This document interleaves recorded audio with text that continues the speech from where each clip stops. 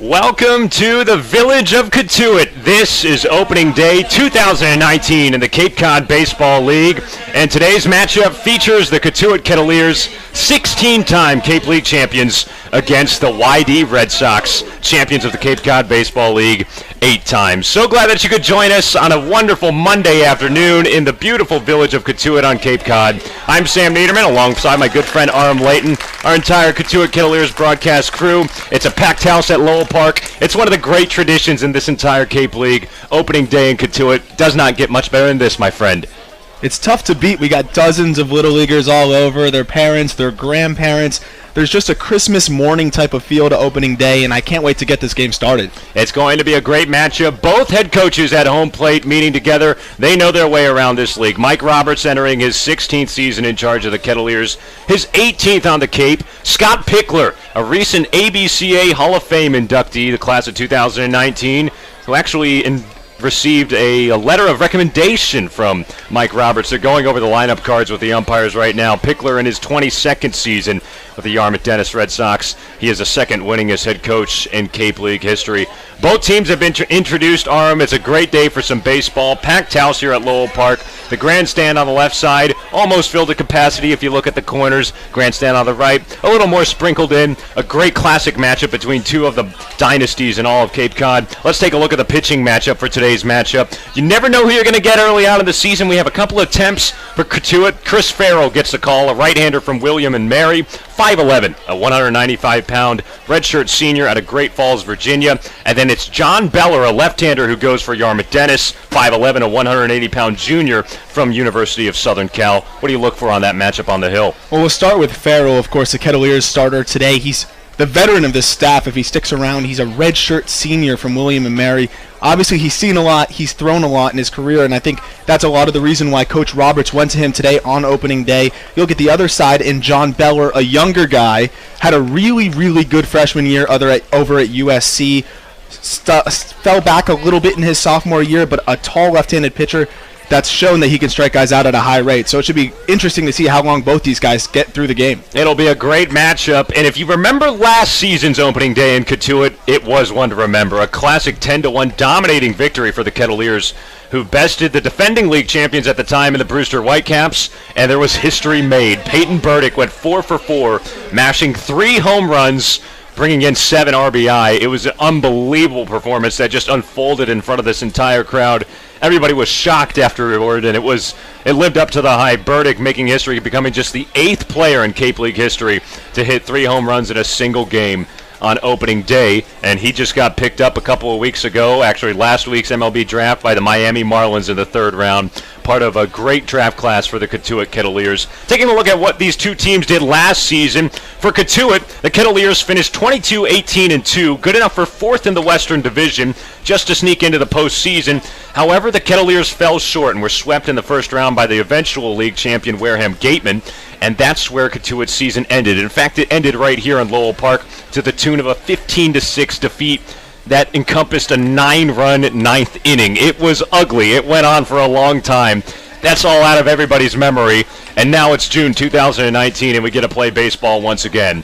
The Yarmouth-Dennis Red Sox, well, they had another terrific campaign in 2018, finishing 27-15-2. Another Eastern Division championship for Scott Pickler and his crew. They're 6th overall.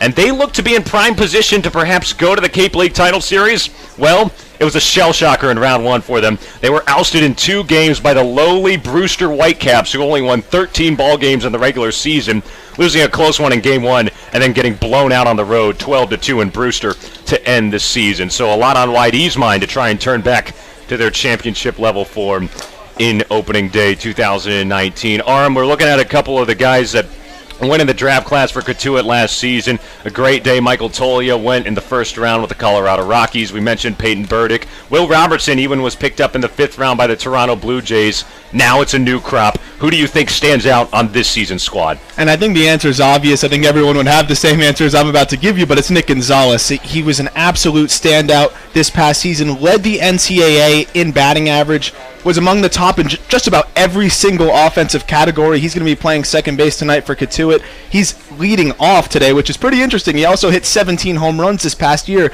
He can run, he can hit. There's pretty much nothing he can't do.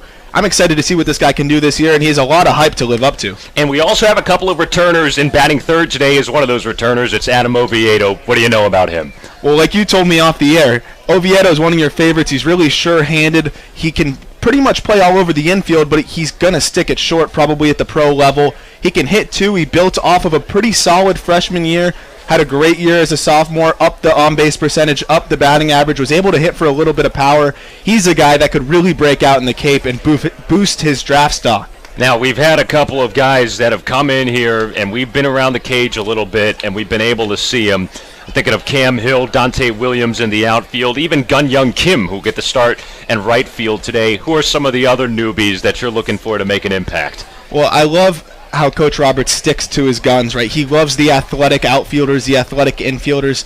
I love Dante Williams. I think he could be a table setter. He's hitting ninth today, which is, in my opinion, the second leadoff spot, right? And he could be a guy that ends up batting leadoff later in this season. He had a great summer in the Northwoods League this past summer. He can run, he can get on base at a high rate, and he doesn't strike out a lot. I think he's going to be a ranger out there in center field, commanding all of that wide area we see out there as it's 397 to dead center. A lot of ground to cover out there, and I think Dante Williams is going to do a great job of it. It's going to be a great season to look at seeing how so many of these guys can get it going. And if you look at the promise that this league delivers, it was delivered last season with the Kettleers having 40-plus players selected in last season, or the 2019 MLB draft. That encompasses all of them alumni from 2017 and last year's squad. So who knows? Who could it be this year? We'll find out. It's a great day for opening day baseball. We're just waiting for the 5 p.m. first pitch. We've got a little bit of an early start. It's 4:57 right now. The three umpires are hanging out around home plate. YD's got some players throwing in right field. Cotuit is lined up in a huddle outside the third base dugout. There's a pretty darn good crowd on hand, probably about 1,000, near the capacity of Lowell Park. Overcast skies overhead, 66 degrees, a slight breeze, a nice Cape Cod day. You mentioned the deep outfield arm, so let's set the dimensions of Lowell Park. 320 down either line, about 360, 370 or so to either alley, and 397 to dead center. The scoreboard is out in left center field, along with an American flag banners across the outfield as well. The buzz is in the air, the smells of the Kettleer kitchen coming out, and it's going to be another fun opening day for the Kettleers against the YD Red Sox. It should be a matchup that would be evenly battled. Both of these teams played last season 4 times and split the overall season series 2-2 apiece. Cotuit actually swept YD at home last season in a Father's Day early season doubleheader, but then lost both of their road matchups at Red Wilson Field and Yarmouth Dennis. The umpires are getting set at home plate. Let's take a look at YD for a second, my friend. They're a pretty loaded team with a lot of Power 5 flavor. A lot of Power 5 flavor. That seems to be the way they've done it over the years. Of course, Austin Wells looks like a guy. He's a big DH. A lot of power to offer in that 5-hole today. Noah Myers, a guy that just got here, speedster at the top of the order. And Riley Terada, a guy from Dayton, didn't play as much his first 2 years, his first year rather, had a really good sophomore year to bounce back, and I'm interested to see how he does as well. Another guy who just got here today. So a lot of newcomers for YD.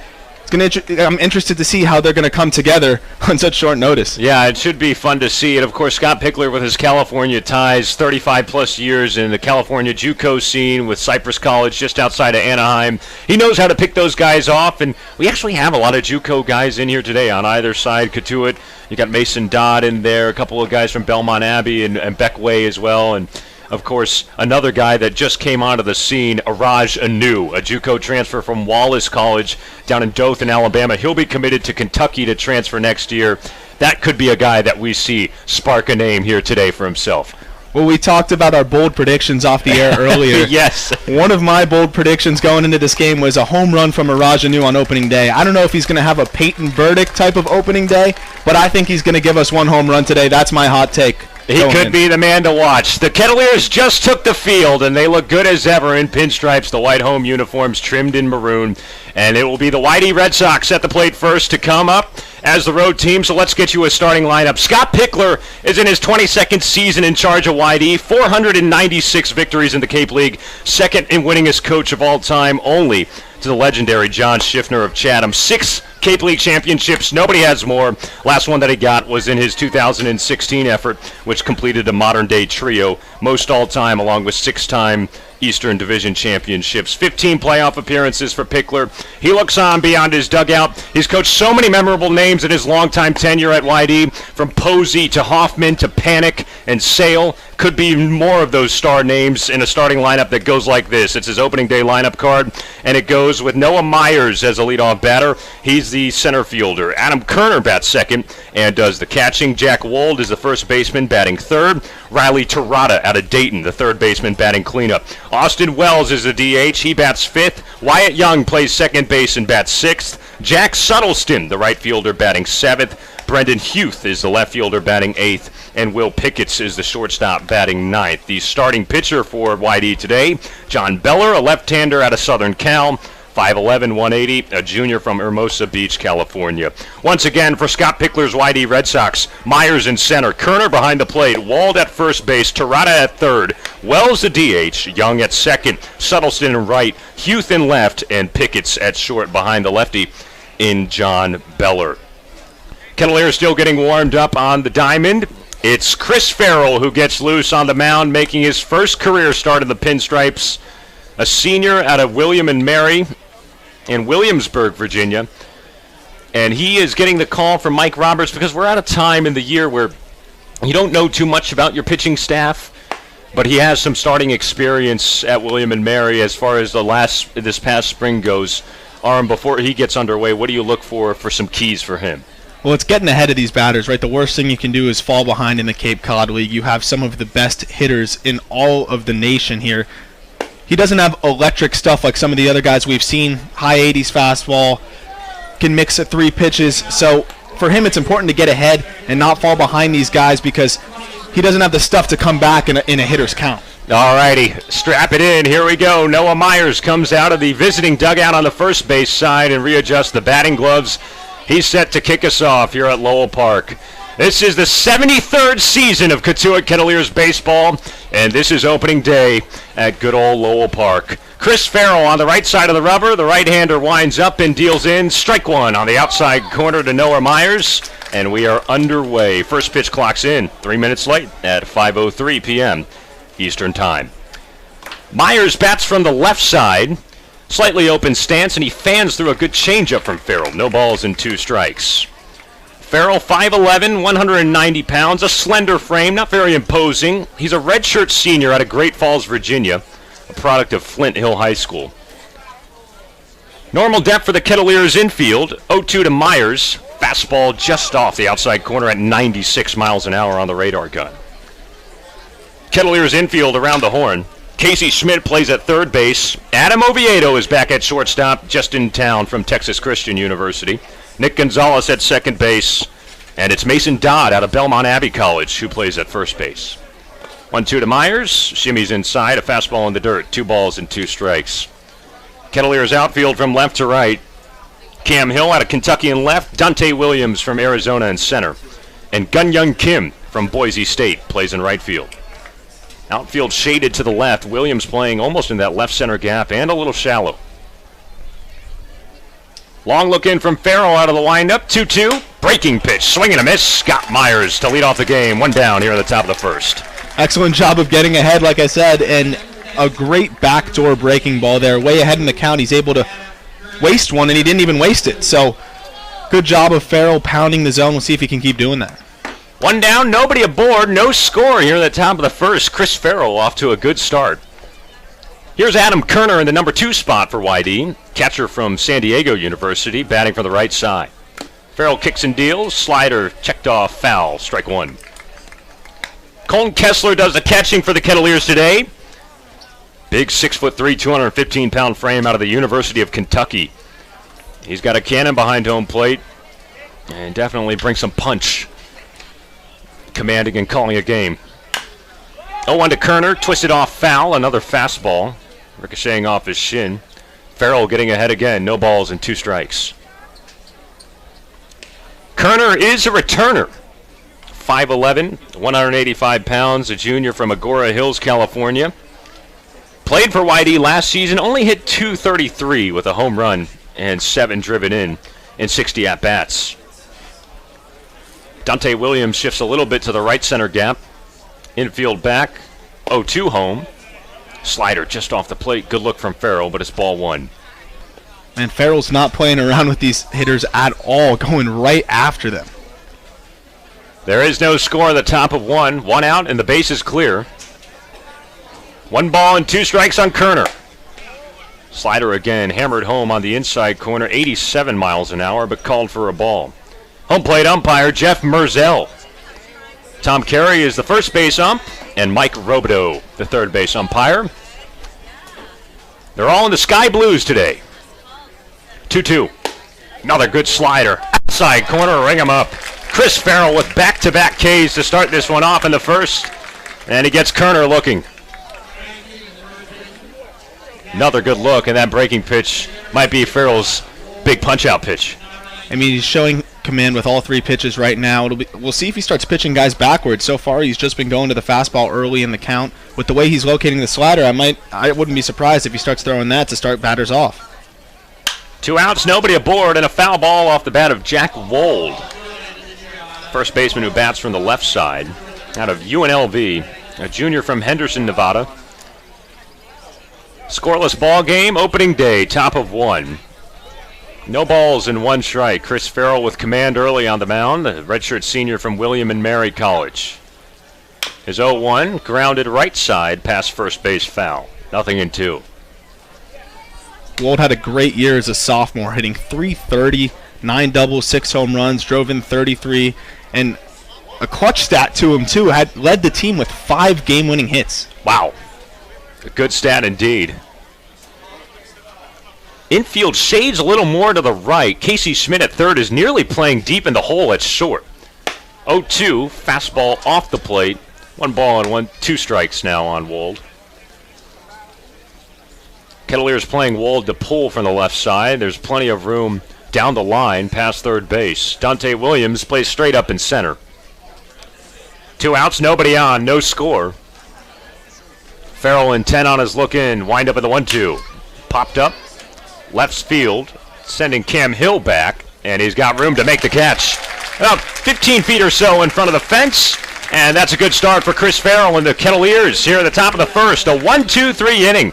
No runs on no hits, no errors, and nobody left for YD. And the Kettleers come calling for the bottom of the first time in 2019. We'll be right back in just a moment. You're listening to Cotuit Kettleers Baseball on the Cape Cod Baseball Network.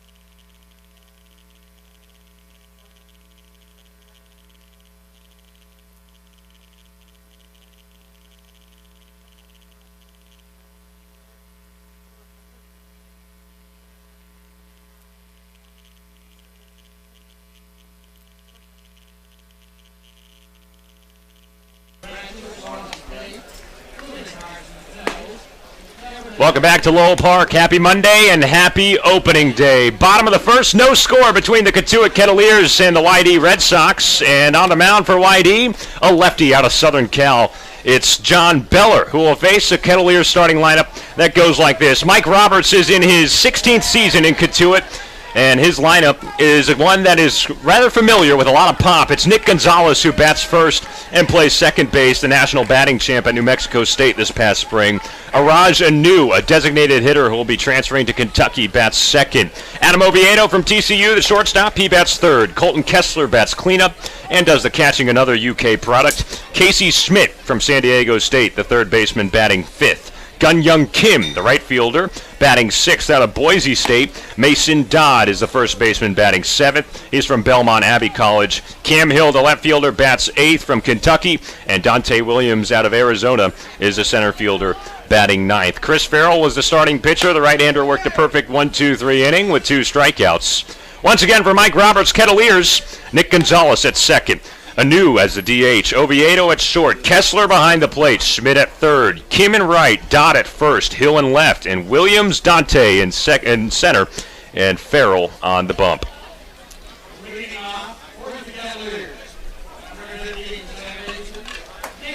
Well, you might remember this young man from last season. He played in the last few games and the postseason for the Kettleers, but this time he'll get to show his full talents all around. Nick Gonzalez bats leadoff for the Kettleers.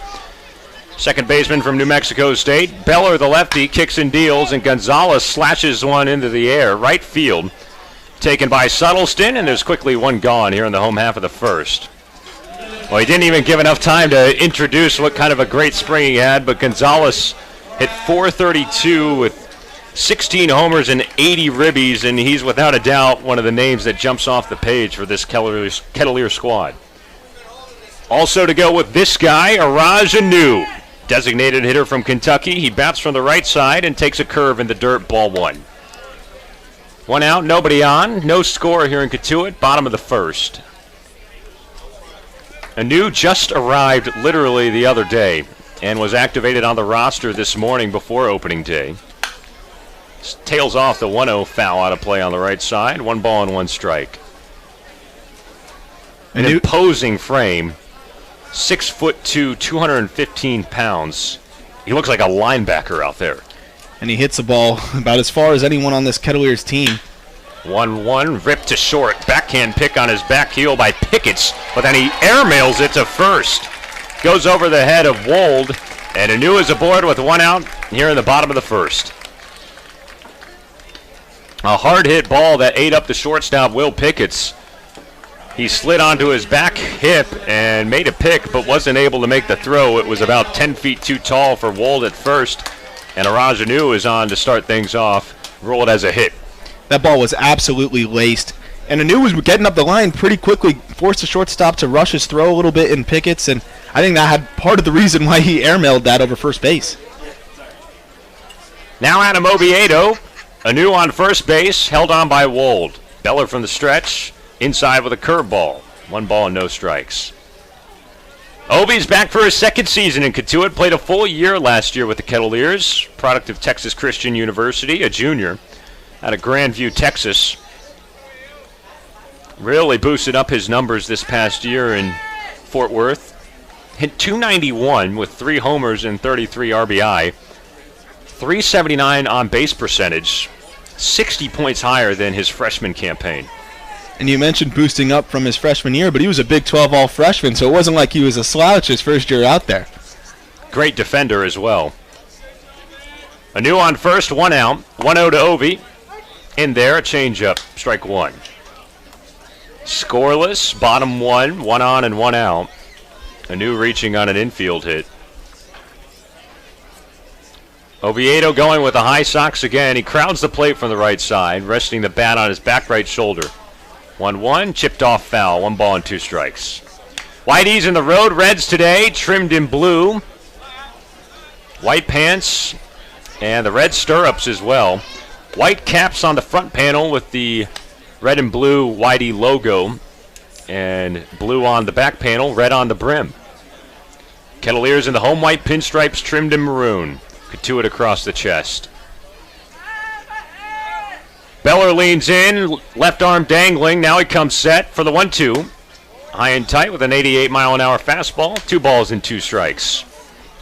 Beller's coming off of his best start of the spring with USC. It was back on May the 23rd against Oregon State, went a career-high 7 innings and struck out 9. Did not allow a run.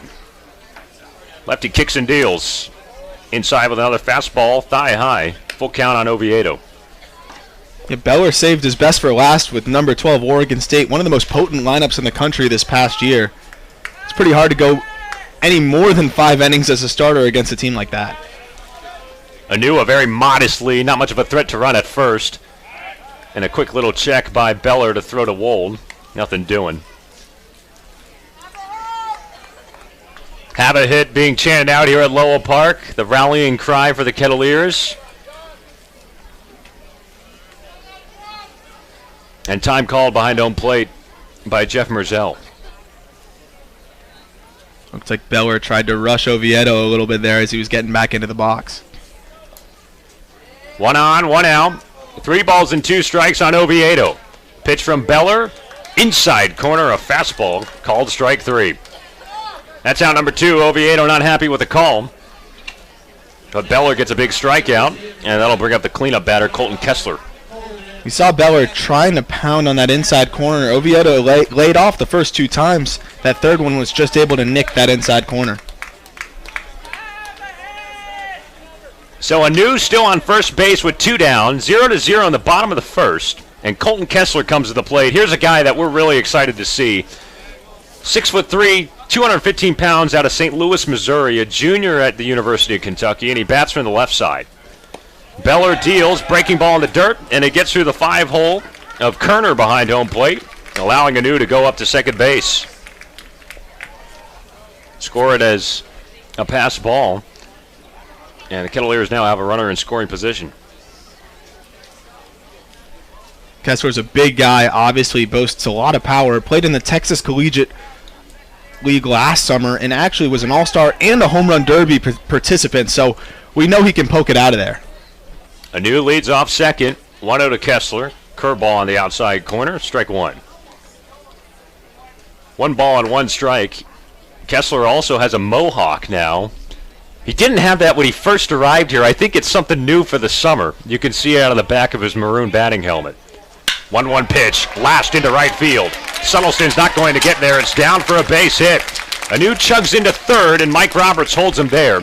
And Colton Kessler comes up with a single to extend the inning for the Kettleers. Not sure he would have scored on that hit, but it looked like Anu wasn't sure how many outs there were. Off the bat, he retreated back to second a little bit. As it fell, ran over to third. Like I said, not sure if he would have been able to score, but had absolutely no chance at that point. And of course, Mike Roberts, a base running aficionado, and actually just saw Anu say my bad on that one. He just got here, so he didn't go through the basic training with Coach as all the other guys did over the last week leading up to this opening day. The infamous Coach Roberts base running gauntlet. Yes. Here's Casey Schmidt, who takes a curve low in the zone, strike 1.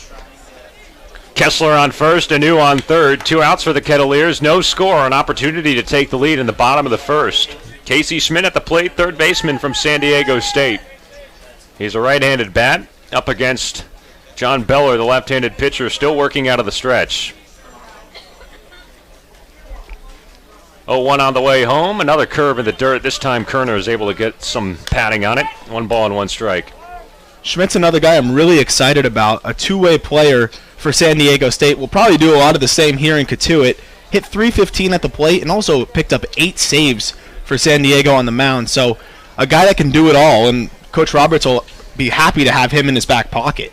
2-year starter with the Aztecs. That's actually the alma mater of Whitey's head coach Scott Pickler. 1-1 to Schmidt. Good location on the fastball, high and tight. Brushed him off the plate, called for a strike, 1-2. I'll tell you what, Beller is not afraid to come inside to these right-handed hitters, something that's rare to find in a lefty that's not going to push upper 90s. He's just more in the upper 80s, might touch 90, but he has no fear, and he's going right in on these big Cotuit right-handed hitters. 1-2. Hit hard in the air to left, sending the fielder back, but he's got it on the run. That's Brendan Hueth, who makes the catch a few steps from the track. And that concludes the inning. The Kettleers unable to get any runs home. No runs on 2 hits, no errors, and a couple runners left on base. 1 in scoring position, and we have played 1. There is no score here at Lowell Park, and we're on to the second. Whitey coming back to the plate up next. You're listening to Cotuit Kettleers Baseball on the Cape Cod Baseball Network.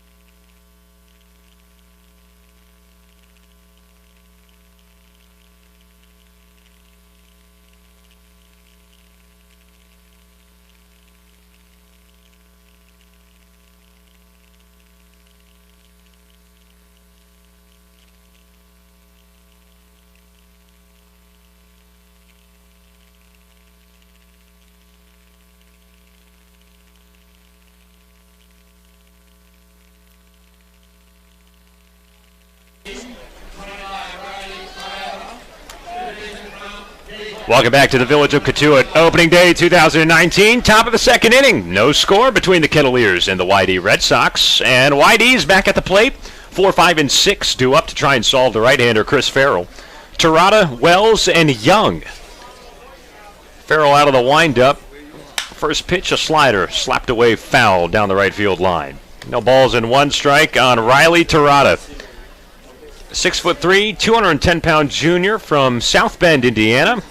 Dayton University Flyer. He's actually wearing his university's colors with this red and blue today for YD. 0-1 from Farrell. Slider in there again. Low and on that bottom corner of the zone. Beautiful spot. No balls and 2 strikes. Terada hit .260 in 59 games this past season with Dayton. 5 homers, 41 RBI. 2-strike pitch, cued on the ground to first. Backhand pick by Dodd, and he tosses over to Farrell, who does a nice job to cover. 1 up and 1 down to begin the second. I'm not sure how much they've worked on PFPs so far early in the season, but they looked really comfortable and in sync on that.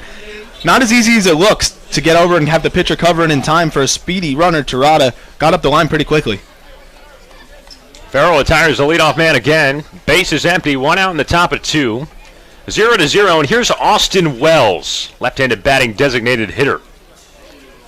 Farrell's first pitch to him, slider in the dirt. 1 ball and no strikes. Kettleers shade the infield a tick to the right. Casey Schmidt playing away from the line at third. Outfield plays at normal depth, and Williams a tick into the left center gap in center field. 0-1 home, swinging a miss by Wells. No balls and 2 strikes. I beg your pardon, 1 ball and 1 strike.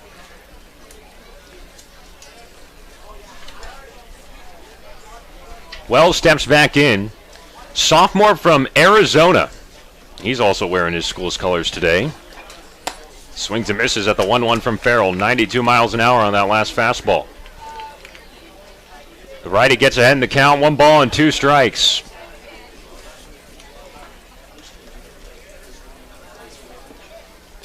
One out, nobody aboard in the second. No score. Farrell's 1-2. Breaking pitch. Taken away foul over the left side. And back behind the batting cages in the Kettleer kitchen. Still 1-2. Wells was a top contributor for Arizona in his rookie season. Get this, a .353 batting average. 5 homers and 60 driven in. 1-2 again. Curve in the dirt. And a little outside. 2 balls and 2 strikes. It's a good waste pitch there. Tried to backdoor him, but we've only seen Farrell throw a handful of balls so far that through 1 1/3 rather. He's just not afraid to go right after these guys as well. Both pitchers really efficient and working quickly. It's 2-2. Grounded foul, ricocheting off of Wells on the left side. And we'll do a 2-2 count again. Good battle early. Wells has got the specs on. He's in the Adidas gear. Red Adidas cleats from his team in Arizona. Black and white Adidas batting gloves. He crowds the plate, and Kessler gives a sign to Farrell. Shook him off once, shook him off twice. Now he's in the windup. 2-2. Breaking pitch in the dirt. He really is going with it early. It's now full count.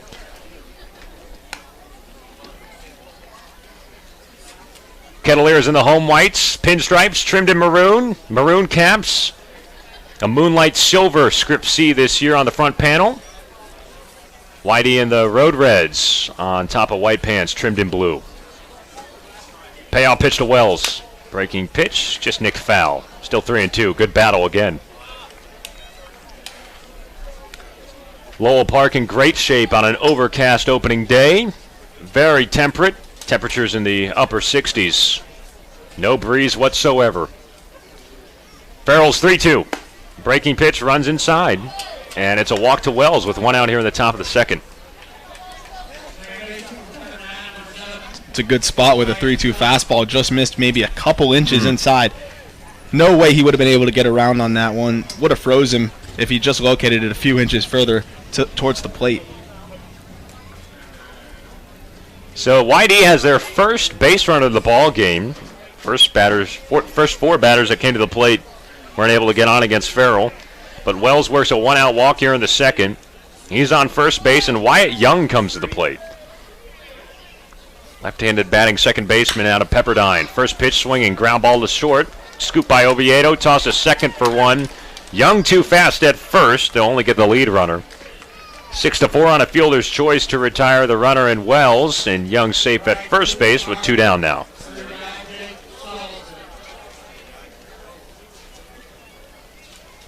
Nothing ball game in the visiting half of the second inning. 2 outs and a runner on first.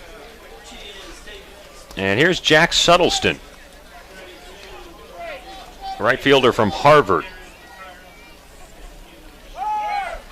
First pitch swinging, not there. Throw down from Kessler. Runner is safe and Young. Breaking pitch by Farrell. Kessler's got a great arm, placed it well, but Young just had a great jump, and boy, is he fast. He needed to have a great jump because Kessler was quick there with the snap throw. He actually thought he got Kim there. He was halfway towards the dugout, but slid just in there before the tag.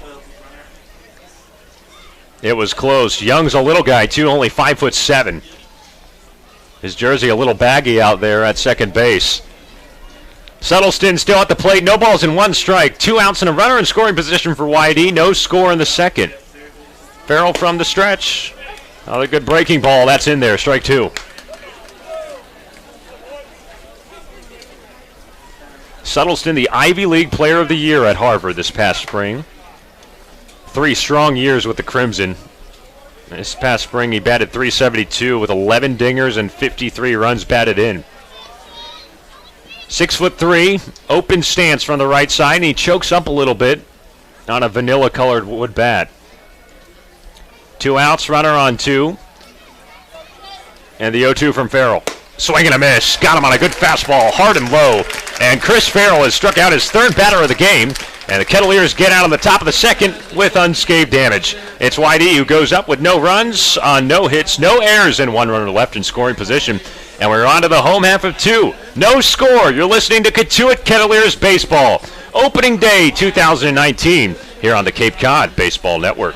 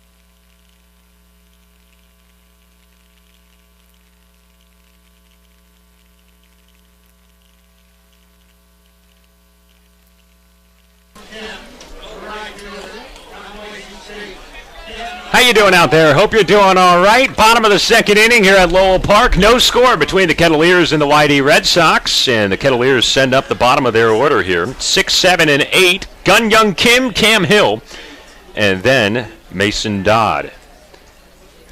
John Beller kicks and deals. The lefty gets ahead. No balls and 1 strike after a swing and a miss by GeonHyoung Kim, center fielder from Boise State. A right fielder, I beg your pardon. He is a native of South Korea, and he bats from the left side. Another pitch from Beller popped up this time, playable on the infield. Terada at third comes into foul ground and makes the grab. Quickly, 1 out. Here's Mason Dodd. He was due up second in the inning. First baseman from Belmont Abbey College. One of 2 Belmont Abbey guys on this Kettleer team. 15 bombs in the Division II Belmont Abbey. A guy that can pack a punch. Obviously, he's playing first base. It's a premium power position. He looks at ball 1, a curve away. No score, bottom 2, 1 out, nobody aboard for Dodd, a native of Augusta, Georgia. Talked with him yesterday. He's been to the Masters almost every year. It's got to be pretty cool. 1-0 from Beller, taken the opposite way, but it flies out of play foul into the Kettleer bullpen down the left field line. 1 ball and 1 strike. And one of the few players in this Cape Cod League that he was telling us yesterday didn't really do a lot of the showcases, didn't do a lot of the showcase tournaments. He played football. He said baseball became a thing towards the end when he realized he could keep playing it. Beller's 1-1, golfed in the air, shallow center field. Here comes Myers, and he's got it for out number 2. So Kim and Dodd retired. John Beller starting to settle in a little bit. He gave up a couple of base hits in the first inning, but was able to work around a jam with runners on first and third and 2 outs. This time he's got 2 outs and nobody aboard. Bottom 2, still 0-0 on the scoreboard. And Cam Hill comes to the plate, left fielder from Kentucky. I love the speed at the bottom of this Cotuit lineup. Can set the table really well for the top of the order. Beller, first pitch slider on the outside corner, strike 1. Hill hit .248 this past season with the Cats. Native of Georgetown, Kentucky in Scott County. 0-1 is a bunt, and a good one. Third base side. Bare hand pick by Tirada, not nearly in time. He bobbled it as well. And Cam Hill's aboard with a bunt single. Mike Roberts special with 2 outs here in the bottom of the second. When a pitcher's on, like both pitchers have been so far, sometimes that's like what you have to do to throw them out of their rhythm. A perfect bunt. Third baseman was playing back with 2 outs, and now he has to come out of the stretch, something he only did briefly. So we'll see what Dante Williams can do if he can flip the lineup back over to the dangerous Gonzalez. It's at Dante Williams now, the center fielder from Arizona, his first at-bat of the season. He's got plenty of speed as well. Hill has speed on first base, held on by Wold. Beller back out of the stretch, and Tirada plays in at third. Lefty on lefty matchup, and the first pitch is above the belt, ball 1. Scoreless ball game, bottom 2, 2 outs and a runner aboard for the Kettleers and Cam Hill. Dante Williams, a 5'10", 170-pound junior from Las Vegas at the plate. Another left-handed bat. 1-0 pitch. Fastball outside, 2 balls and no strikes. Beller has been working at a pretty decent speed, but this time he takes some time off the rubber to readjust his shoulders and dangle his left arm as he looks in from the side for Adam Kerner. Small lead for Hill at first. 2-0 pitch, misses down and away again. 3 balls and no strikes. You see he's a little bit out of rhythm now after that bunt single. Has to go back out of the stretch like we said. And little things like that can throw off a pitcher who's mowing down hitters early in the game. 3-0 pitch. Get me over fastball at the thighs. Strike 1. Nick Gonzalez looms on deck. It would be the second time for the top of the order. Normal depth for the wide E infield. Wold holds on at first. Outfield plays straight up 2. 3-1. Fastball, just nicked the outside corner. Williams thought he had ball 4, but instead he's got to stand back in. 3 balls and 2 strikes. The one benefit of that is Hill will be on the move here. Could have a lot of speed on the bases if Dante is able to put it in play. No score, bottom 2. Cam Hill on first. Wold no longer holding. 3 balls, 2 strikes, 2 out pitch. And Williams lunged at it and sent it foul down the left field line. Might have been ball 4. Had to protect, though, anything close. Kettleers have collected 3 hits so far. Nothing for White E through 2. 3-2 again. Hill going, and a swing and a miss by Williams. Beller gets out with a big strikeout, and the Kettleers come up empty in the bottom of the second inning after Williams' 2-out bunt hit. No runs on 1 hit, no errors, and 1 runner left on base. And we have played 2 complete here at Lowell Park. There is no score between Cotuit and YD. You're listening to Kettleers Baseball on the Cape Cod Baseball Network.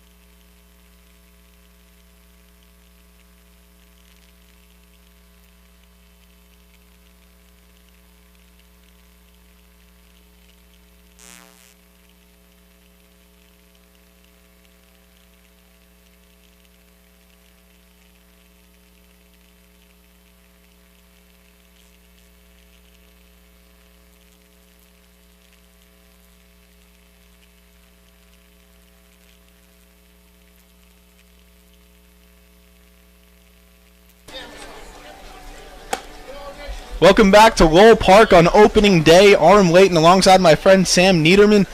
We've had a lot of momentum so far. This game is rolling. We're already in the top of the third. Both pitchers have just been really effective in working quickly. Yeah, Chris Farrell has really been a star early on in these first two innings. His breaking stuff has been good. It's been deceptive.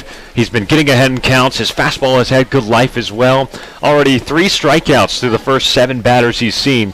We'll see if he can feast on the bottom of Whitey's order and take care of business before they get to see him a second time. Absolutely, and now in the top of the third for YD, we have Brandon Hueth, Will Ricketts, and then it'll flip over to the top of the order and Noah Myers. Hueth steps in from the left side, awaits the first pitch. First pitch from Farrell misses down and out for ball 1.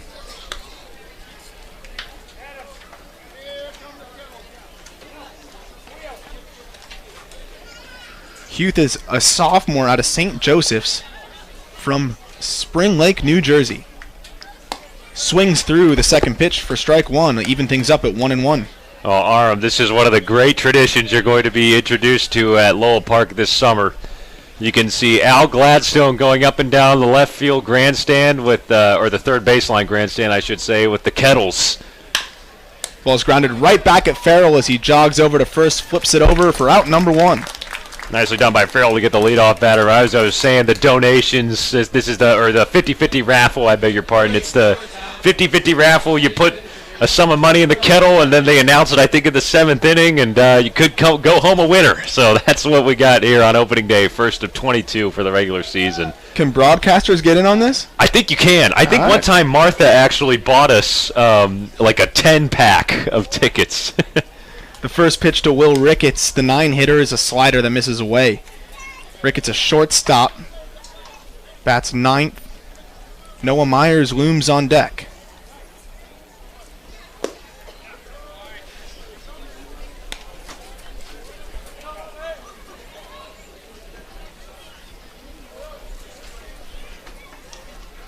Ricketts strides back in as Farrell takes a little walk around the mound, takes a deep breath, and gets ready to deal the 1-1. 1 away here in the top of the third. We're still scoreless. The 1-1 is a slider swung through and missed. Farrell's ahead now 1-2. He's shown an excellent ability with a 3-pitch mix so far. Yeah, and I don't think he's gotten behind a batter yet, Arm. Maybe 1, if that. Farrell way ahead now, 1-2. It's a fastball that just misses up and out. Rickett asks where that missed. Usually it's a pitcher that asks that, but Rickett wants to know the strike zone a little bit. I think even he knows that might have been too close to take. Regardless, that'll even things up here at 2-2.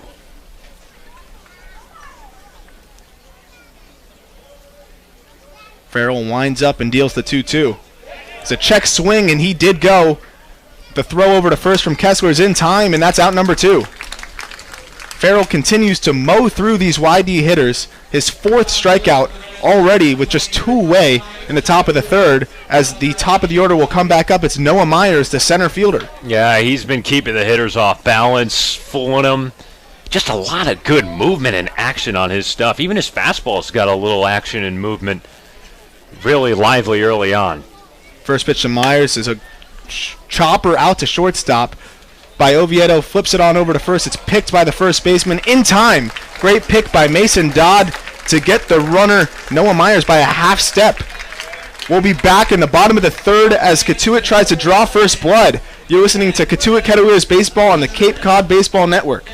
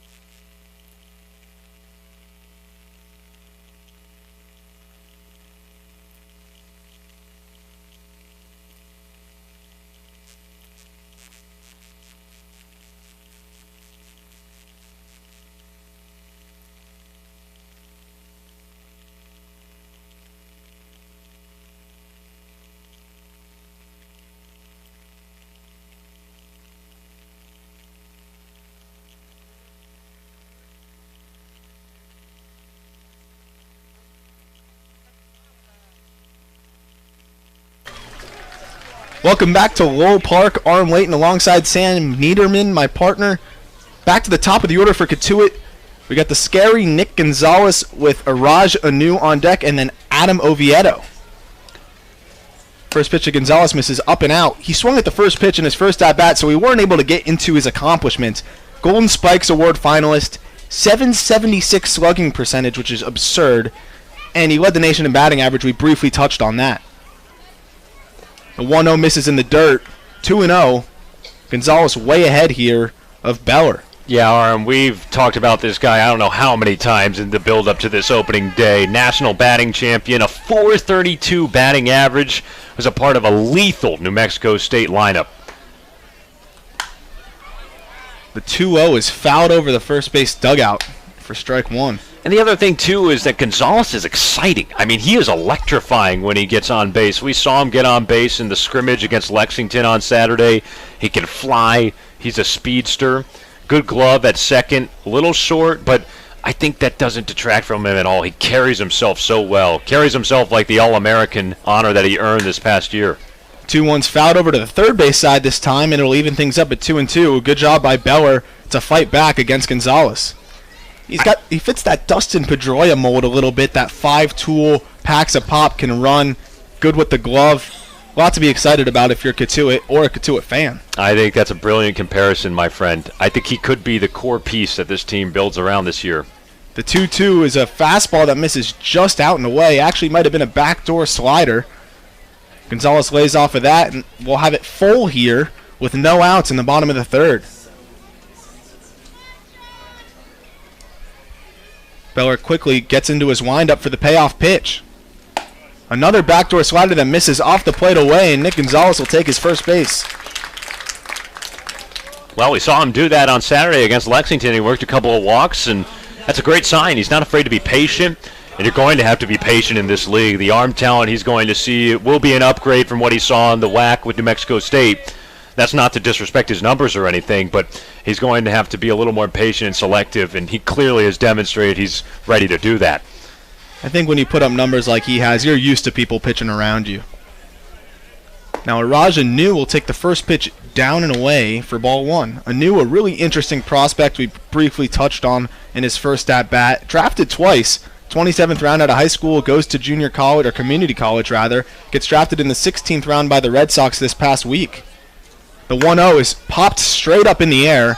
We'll see if it stays in play as the catcher, Adam Kerner, goes back, but it's out of play.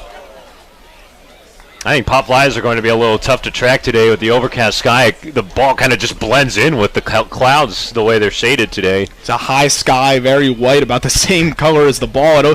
We'll see if it ends up being a factor as we get to the twilight time a little bit. So 1-1 to the big righty Anu right now. He's a switch hitter, but from the right side. 1-1 gets the bottom half of the strike zone right there, 1-2. And that's the other thing. If you're joining us for the first time this season, Lowell Park does not have lights, so that's why we start at 5 p.m., and you got to get them in quick because the sun's going to be setting before you know it. The 1-2 to Anu. Slider that misses inside, even things up at 2-2. Yeah, the pace of this game so far by both pitchers is conducive to beating the dark. So we're 2-2 to Anu, no outs. Runner on first is Gonzalez here in the bottom of the third. The 2-2 swung through by Anu for strike three. As Beller gets a big out here in the bottom of the third. As Adam Oviedo, the shortstop, will look to put a ball in play after striking out looking his first at bat. Yeah, a good curveball by Beller to come back and get a much-needed out with Gonzalez on first. Interested to see what Mike Roberts dials up here with Gonzalez at first running with his speed. Oviedo struck out looking in his first at-bat on a borderline call he was not happy with. Gave a few words to the home plate umpire, Jeff Merzel. First pitch is a strike as Beller gets ahead once again. Oviedo, the shortstop, sure-handed shortstop out of TCU. Already seen him make a couple plays out there up the middle. Beller kicks and deals, misses outside with a slider. Yeah, great to see Ovi back here in Cotuit for a second season. He was such a great clubhouse presence last year. you could see the potential. And he came out just after finishing his freshman year of college, so he's done a lot of growing in the last 365 days, and we'll see how much of it over the course of the next 2 months. 1-1's fouled over the first base dugout, make things 1-2. I mean, you look at the numbers that he put up in the Cape last year, they're definitely not that eye-popping. 197 batting average, had 3 home runs and a total of 12 RBI, but those numbers made him better, and it showed improvement this past spring with TCU, and he's just going to keep on climbing. The 1-2 misses outside, will even things up at 2-2. And the Kettleers clearly thought a lot of Oviedo to bring him back this summer. I think they know he's going to build off of that. And as a freshman in the Cape Cod League, that's very rare. We talked about it. Maybe 5-10% of the guys out here are freshmen coming off their freshman year. So Oviedo now a seasoned veteran after 1 year, getting ready to bounce back after that year as he fouls the 2-2 straight back, and will do it one more time. Yeah, he came here last year with his fellow TCU teammate Zach Humphreys, who was the Kettleers' primary catcher a year ago and actually ended up being an all-star. But now Ovi, I think, has developed a good bond with Nick Gonzalez as the middle infield duo. I'm excited to see how they work together defensively. I'm feeling a lot of double plays. Mm-hmm. And that pitch is a backdoor curveball that freezes Oviedo looking again. That's 2 strikeouts for Oviedo, both looking. That'll bring up the big power-hitting catcher, Kessler, who is waiting to take his shin guards off. Of course, one of those things where it's meant to save time, but sometimes it ends up not saving time. It's like a shortcut that is actually longer. Yeah, it's the old Little League move where sometimes the guys don't know how to put on the gear as fast, so they just have it on while they're getting ready to bat, and you hope that you don't have to do one or the other too fast. So Kessler singled in his first at-bat and takes a big hack at the first pitch and fouls it straight back. We're going to see good things from this young man this year. He carries himself with a certain swagger and confidence, and he's got the build to just drive the baseball and be an athlete out there. Not only can he play catcher, but we've seen him take reps at third base. And he's a bat that will probably, Coach will want to keep in the lineup, so he'll play all over as that ball's lifted out into left center. Brandon Hueth ranges over, camps under it, and makes the grab for out number 3. We're still scoreless through 3. We'll be back in the top of the 4th for YD's 4th chance to try and scrape into the run column. You're listening to Cotuit Baseball on the Cape Cod Baseball Network.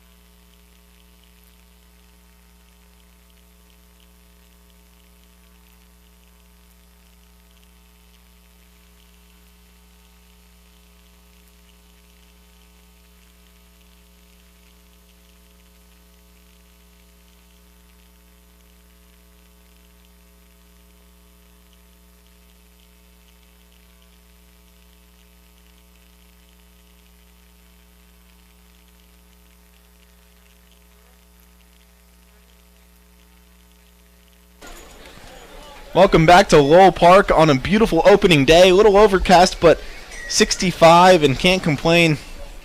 Rain's supposed to hold off until tonight. Tomorrow will be up in the air, but Aram Layton alongside Sam Niederman. We're still scoreless here in the top of the fourth. We'll see who's going to strike first. Both pitchers have looked sharp as the first pitch misses down and away for ball one. Yeah, it's starting with Chris Farrell here on the mound for Cotuit. 3 scoreless innings. Hasn't allowed a hit, just walked 1 batter and has struck out 4. The 1-0 is swung through and missed to even things up at 1-1. Both pitchers are just locked in. Not something you expect to see early in the season, but sometimes they're just rolling off the momentum from the regular season at school and just keep it rolling straight into the Cape. The 1-1 misses in the dirt, blocked by Kessler. 2-1. Farrell had a really good spring. He's a 3-year career player at William & Mary in Williamsburg, Virginia. His career ERA around 4, but this year was his best yet. 22 appearances, 5-2 with a 2.58 earned run average and 6 saves. Pitch is fouled off, make things 2-2. Kerner, a guy who already played in the Cape, he's a returner, had a great freshman year, struggled a lot his sophomore year, so looking to build upon what he did freshman year and try and turn around and get some momentum going into his junior year. Yeah, and Scott Pickler going back to him as a starting catcher after he was with YD last season. Pitch misses down and away. We'll get things full here. No outs in the top of the fourth.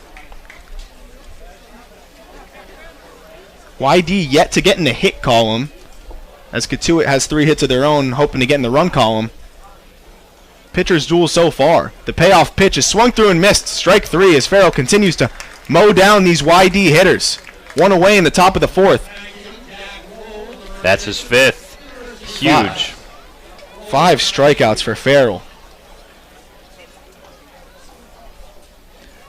Well, the key has been getting the leadoff batter arm. He's now done that in all 4 innings that he's pitched in so far. And he's gotten ahead of every single batter. It's been incredible to see so far. That'll bring up Jack Wold, the sophomore out of UNLV, who crushes one out to right. Back is Kim towards the wall, and that's up in the trees. Home run for Jack Wold, and we'll finally have a run so far here in opening day.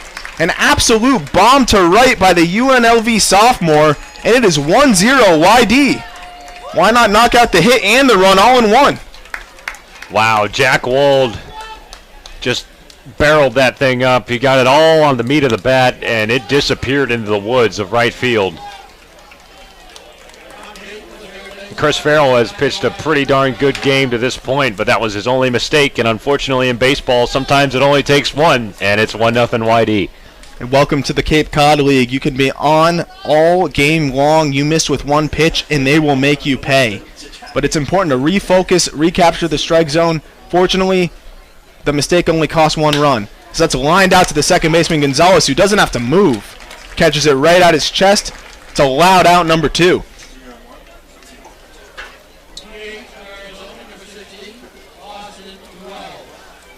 So that brings up the DH, Austin Wells, hitting from the left side.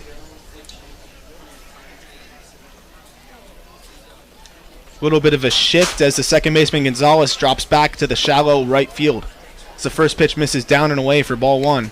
As Gonzalez now moves in, as I said that. Coach Roberts is not afraid to shift. Certain lefties, he'll slide guys over. The 1-0 misses down and away, 2-0. Casey Schmidt at third base is playing shaded towards short. There's a lot of room down the left field line past third. Last year that was something the Kettleers fiddled with in the playoffs and late in the season. I'm interested to see how much they use it here in 2019. Wells going into his sophomore year out of Arizona. Out of Las Vegas, out of the powerhouse Bishop Gorman, typically known as a football school, but they pump out some talent for baseball as well. Yeah, Las Vegas is a hotbed. Remember, Dante Williams for Cotuit is a Las Vegas kid. Bishop Gorman, a big school. Snoop Dogg's son went there and played football, 4-star recruit. Wells has a lot of upside. He's one of the more notable prospects in this league. One of the young studs we talked about, rare freshman. He's proven that he belongs here. The 1-2 misses up and out, or the 2-1 rather. It's now 3-1 to the power hitting Wells. He led the Division I all freshmen in runs with 73 and hit 353. The 3-1 gets the top of the strike zone to make things full. Wells started walking towards first base. Thought it was ball 4. He just asked, where's that at? Jeff Merzell behind home plate. Among the accolades, Wells was an all-conference honorable mention, started all 56 games for Arizona. The payoff pitch misses in the dirt. That's a lot of respect Farrell's showing for Wells. Did not want to give in 3-2. Would rather take his chances with Wyatt Young, the second baseman out of Honolulu, Hawaii.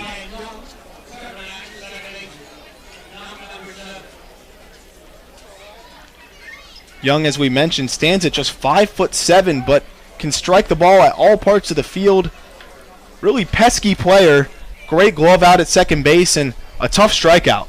Yeah, he's from Pepperdine, too, which traditionally sends a few guys out to the Cape each season. A native of Hawaii. He got on with the walk, the fielder's choice his last time up. Now Kessler goes out to talk to his pitcher Farrell and now retreats back to home plate. We're keeping track of defensive conferences now in the Cape Cod League, something we're seeing across baseball as part of the Pick Up the Pace initiative. Not sure what the rules are. We're going to have to brush up on that, on how many conferences you get, but there's the first one. We'll tally that away here. It's a quick pickoff to first base is not in time. So 2 outs in the top of the 4th here. Whitey was finally able to draw first blood. Now there's a man on first, 2 away. And Wyatt Young awaits the first pitch of the at-bat. First pitch to Young is taken up and out for ball 1. I think it's a big spot in the game here, Arm. Kettleers want to get out of this inning with minimal damage, keep it 1-0. Farrell needs to recalibrate and just pick it up and let the offense take care of it. They've been seeing the ball relatively well against John Beller. The 1-0 to Young's grounded out to the first baseman Dodd, who sprints over to first base and gets there just in time for out number 3. Kettleers will look to get one back here and try to tie the game up in the bottom of the 4th. You are listening to Cotuit Kettleers Baseball on the Cape Cod Baseball Network.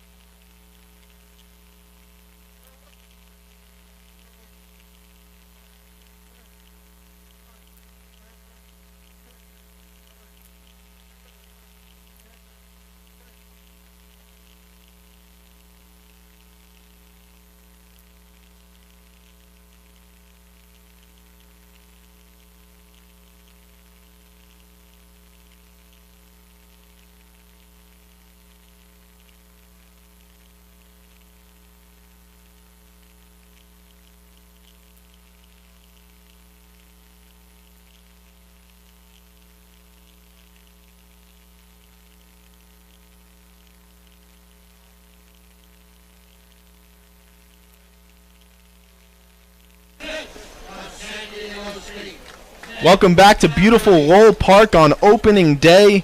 The Kettleers have the middle of the order coming up as Casey Schmidt strides in, followed by GeonHyoung Kim and Mason Dodd. The first pitch is taken down and away for ball 1.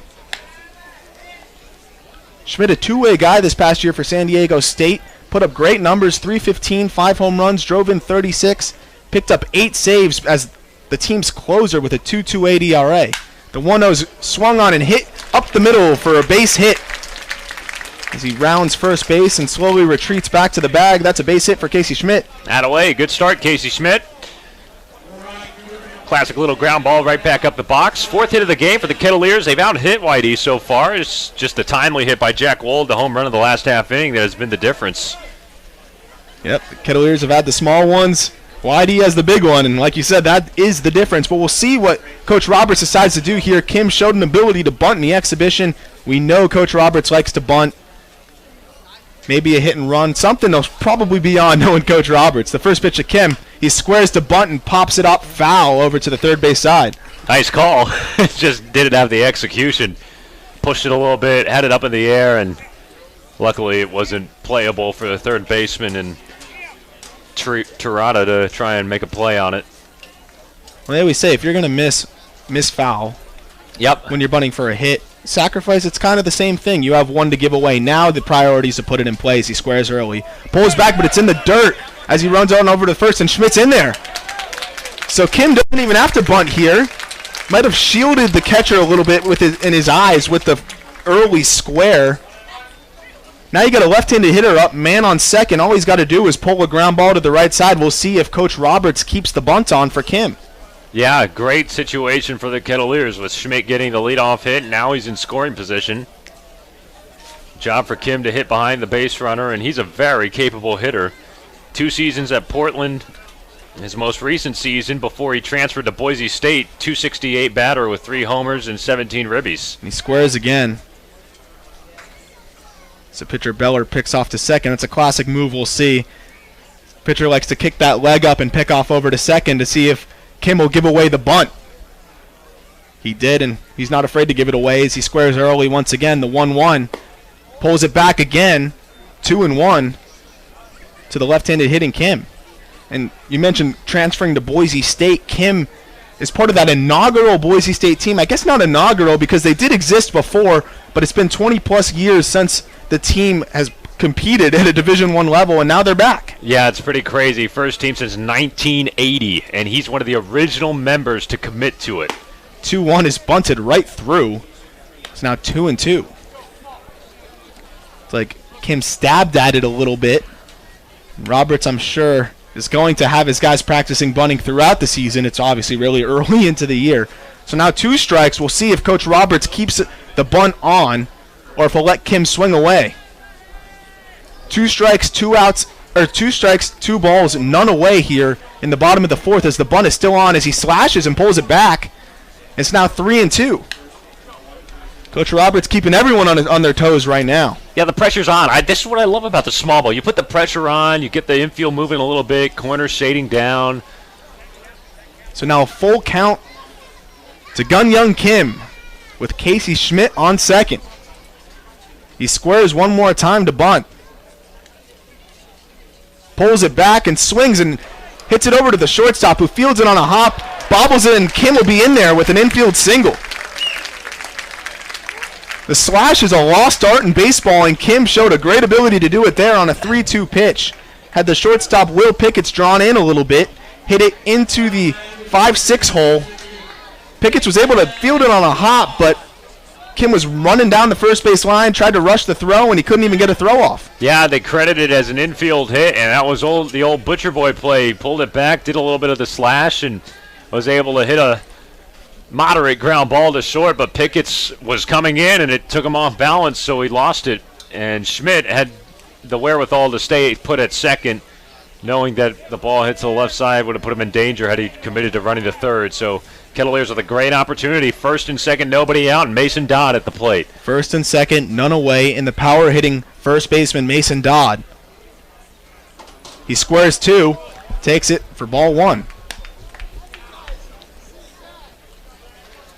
Nobody is impervious to the bunt on this Cotuit Kettleers lineup. Coach Roberts has shown that.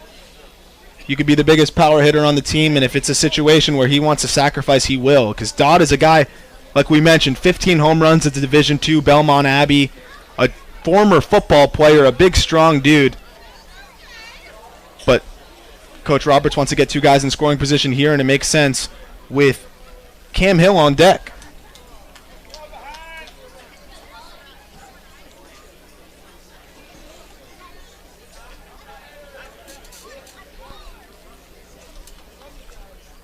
The 1-0 to Dodd. He squares and pulls it back one more time. 2-0.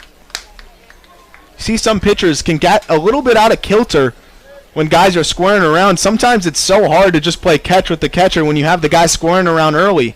Seems like it's gotten in the head of Beller a little bit, as for the first time in this game he seemed to kind of lose the strike zone. Yeah, he absolutely has. It's a great way to put it, Arm. And now Dodd's in the driver's seat. Way ahead 2-0. He squares again and bunts it over to the third baseman, Terada, who throws it over to first just in time to get Dodd. So executed to perfection. Runners on second and third, one away here as the Kettleer fans applaud Dodd for the selfless act of bunting over the two runners into scoring position. Great job by Mason Dodd on that sacrifice. This is exactly what Mike Roberts has been working on with his team throughout this entire week leading up to the season. The small ball, the bunting technique, fundamentals of base running. And Dodd did his job there with the 2-0 count, pressed it up the third base side. Both base runners had good jumps, and Dodd was able to get it into scoring position now for Cam Hill. Big opportunity for Cam Hill here now with one out, two men in scoring position in the bottom of the fourth, as he calls time and regroups. Kettleers looking to tie it up here. Infield is playing back. The corner's slightly in. Anything up the middle or in the air to the outfield should score a run. The first pitch is taken in the dirt for ball one. Good job by Kerner to block that. Cam Hill, the Kentucky Wildcat, a junior, hit .248 this past season. 10 doubles and 10 stolen bases, can run a little bit. Right here, all he has to do is put the ball in play, and we'll have a tie game here. 1-0 to the left-handed hitting Hill. Pitch is lined right by the dugout for strike one, way ahead of that changeup. Got to watch out there if you're in the YD dugout. Some of the guys hanging over the fence, a little close, too close to call there. So we got one ball, one strike, one away, and two men on in the bottom of the fourth. Cotuit has scattered 5 hits so far with nothing to show for it. The 1-1, curveball taken inside for strike two. Beller way ahead of Hill here. 1 ball, 2 strikes. Beller obviously going for the strikeout here. Really big second out it would be if he's able to get it without the ball being put in play. As Hill chokes up. Grounds it over to first base as a diving play by Jack Wold, who throws it over to home, but it's not going to be made in time. That's the first run for the Kettleers today. A ball just down the line, barely able to tell if it was fair or foul. The umpire calls it fair. Wold dives, gets up, was able to tag first base and throws it over to home, tried to make the double play, but it was nearly an impossible play for Wold.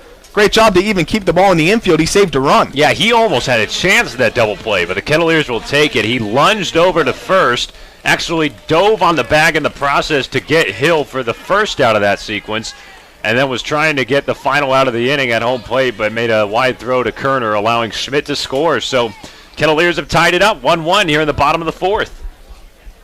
First pitch to the Arizona Wildcat, Dante Williams, is taken down and away. Another Las Vegas guy.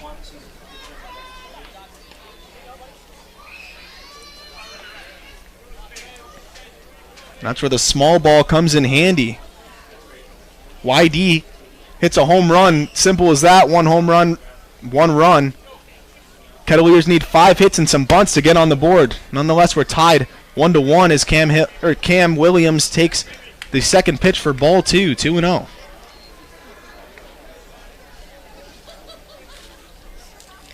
So, GeonHyoung Kim stands on third base, hoping to be the go-ahead run here in the bottom of the fourth. It'll take a base hit to score him.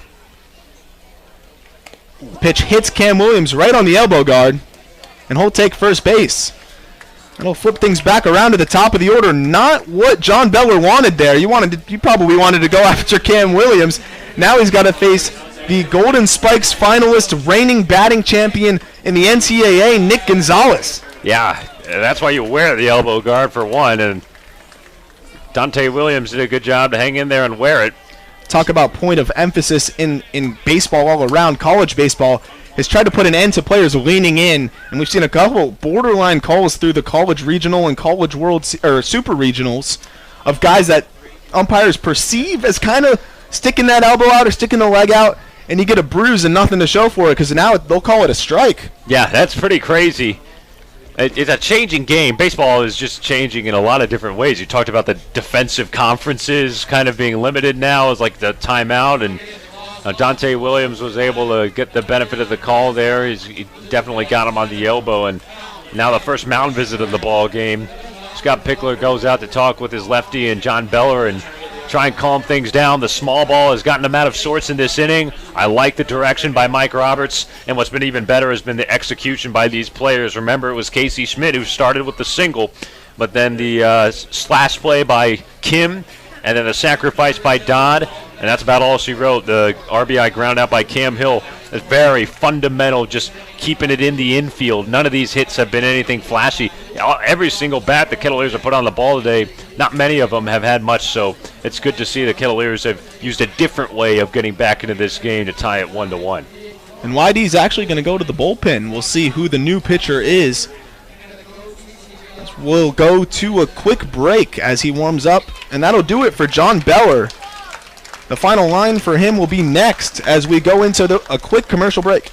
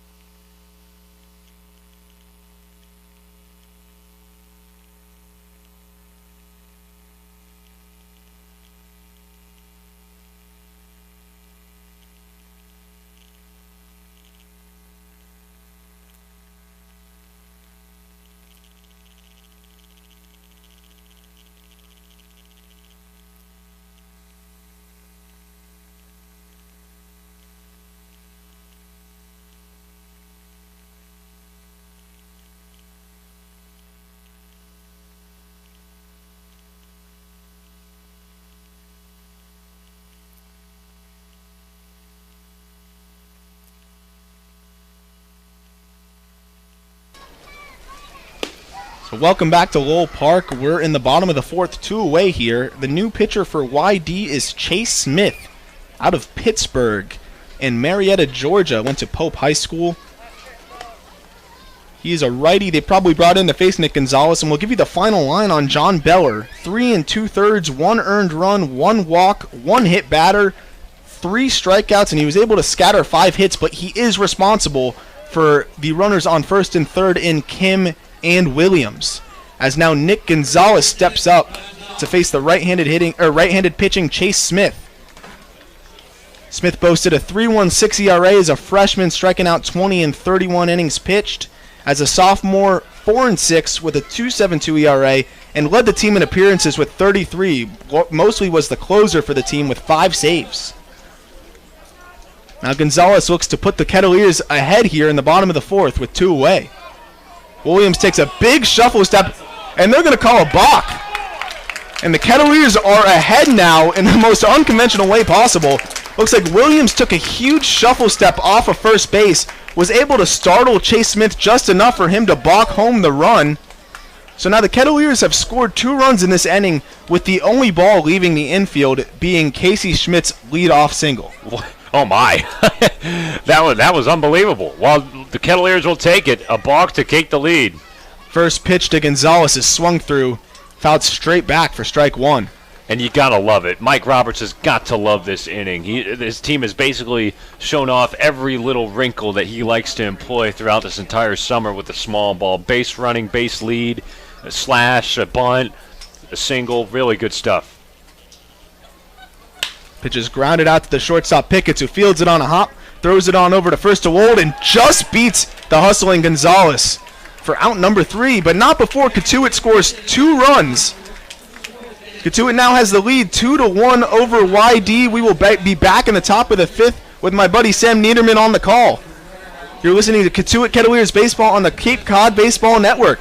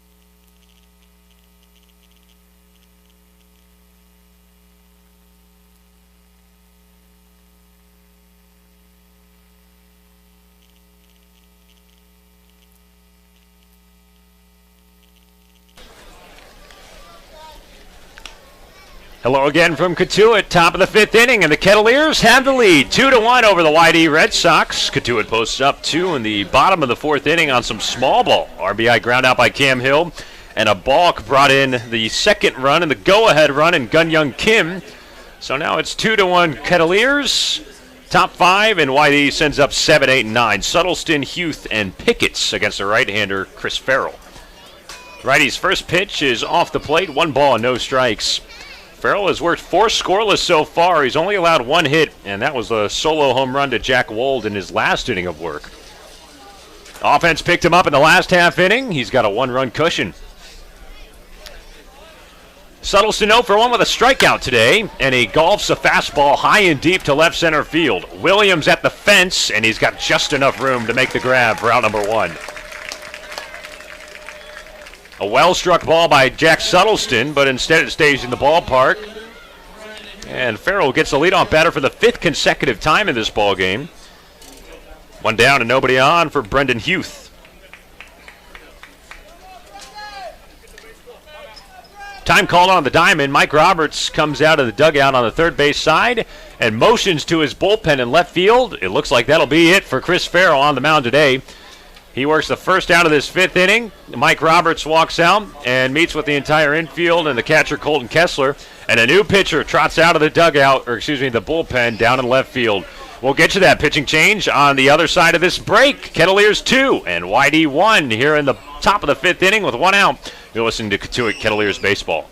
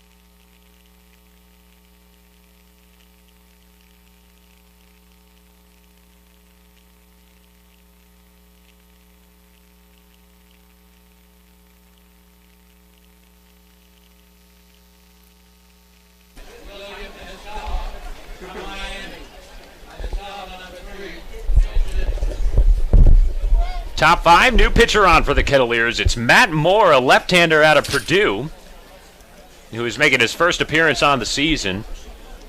1 out and nobody aboard, and he's got Brendan Hueth at the plate, and he throws in ball 1. 1 ball and no strikes.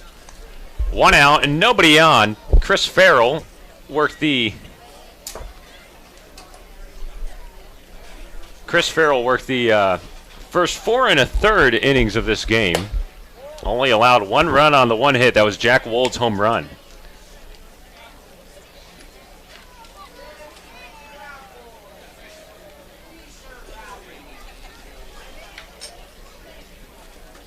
Two balls and no strikes to Hueth. More kicks and deals. Pitch swung on and popped up behind second base. Adam Oviedo's got it. 2 away. Moore looked pretty good in the scrimmage against the Lexington Blue Sox. He came on and worked a scoreless inning. 6'3", 220 pounds, a redshirt junior from Avon, Indiana, on the west side in Hendricks County, just outside of Indianapolis. 2 down, nobody aboard, and here's Will Picketts. Right-handed batting shortstop, 0 for 1 today with a strikeout.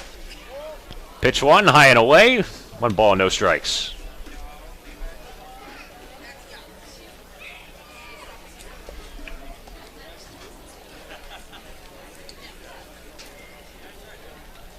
Infield at normal depth. Same thing with the outfield. 1-0 is a little tapper to second. Gonzalez boots it off the heel of his glove, unable to make the play. Pickett safe at first. Scored as an E4 at home on Nick Gonzalez. And Whitey has a base runner with 2 outs in the top of the 5th inning. Of course, that's an error, but that's underratedly a tough play. I don't know if you could hear it from home. We do our best with the crowd mic, but that bat totally broke off the end. Sometimes can give you a wicked spin, and it looks like that's exactly what happened to Gonzalez, who had to come in and charge hard. And that ball was probably doing a tornado spin towards him. Sometimes those balls are the hardest to field. Got a pinch hitter for Whitey here. Top of the order should be Noah Myers due up, but instead, one of the dangerous pinch hitters from South Carolina, and Andrew Eister comes to the plate. 6'3", 210 pounds, a junior from Ocala, Florida, and he bats from the right side.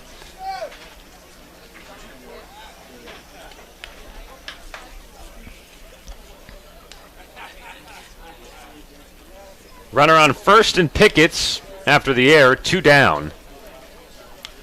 Eister, a former JUCO player at Santa Fe College in Florida. He was a JUCO All-American, just finished up his first season with South Carolina.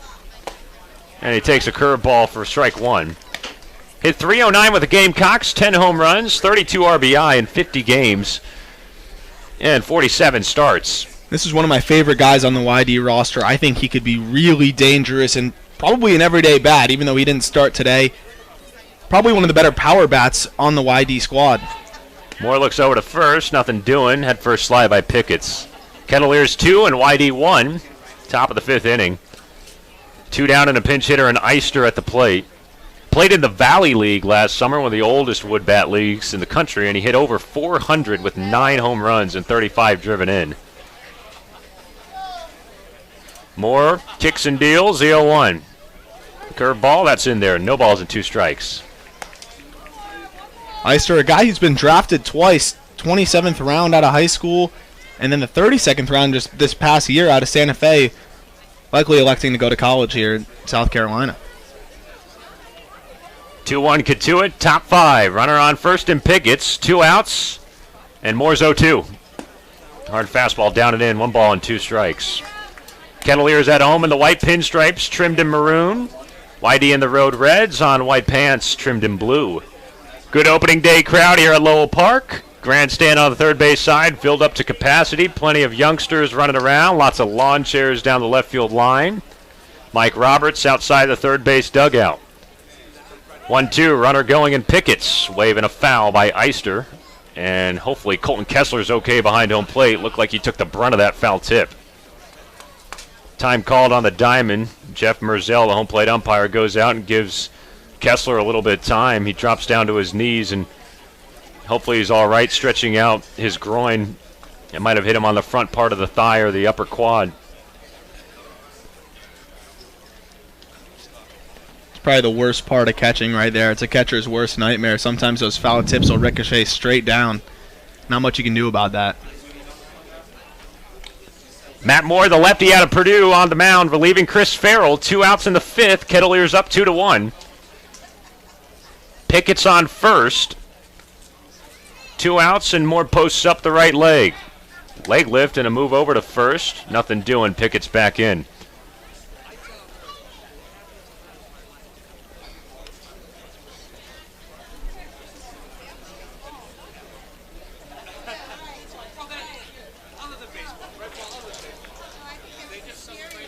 Moore set again. And another throw to first. This time Picketts dives back in. Suddelson flew out to center to lead off the inning. Hueth popped up to short. Picketts reached onto the error at second. Whitey's back at the top of their order, and Scott Pickler went into his bench for the South Carolina outfielder and Andrew Eister. 1-2 to him. Sweeping breaking ball that doesn't hook back into the zone. 2 balls and 2 strikes. Kettleers took the lead in the bottom of the 4th. RBI ground out by Cam Hill. And then the go-ahead run scored on a balk.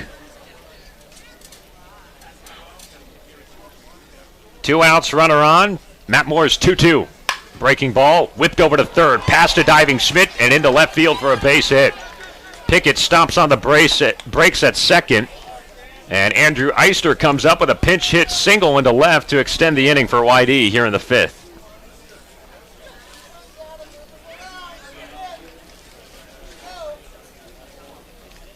Good at bat by Andrew Eister. He was able to get out in front of one and pull it on the left side. Good effort by Casey Schmidt at the hot corner and nearly laid out for it. His uniform is all covered in dirt now.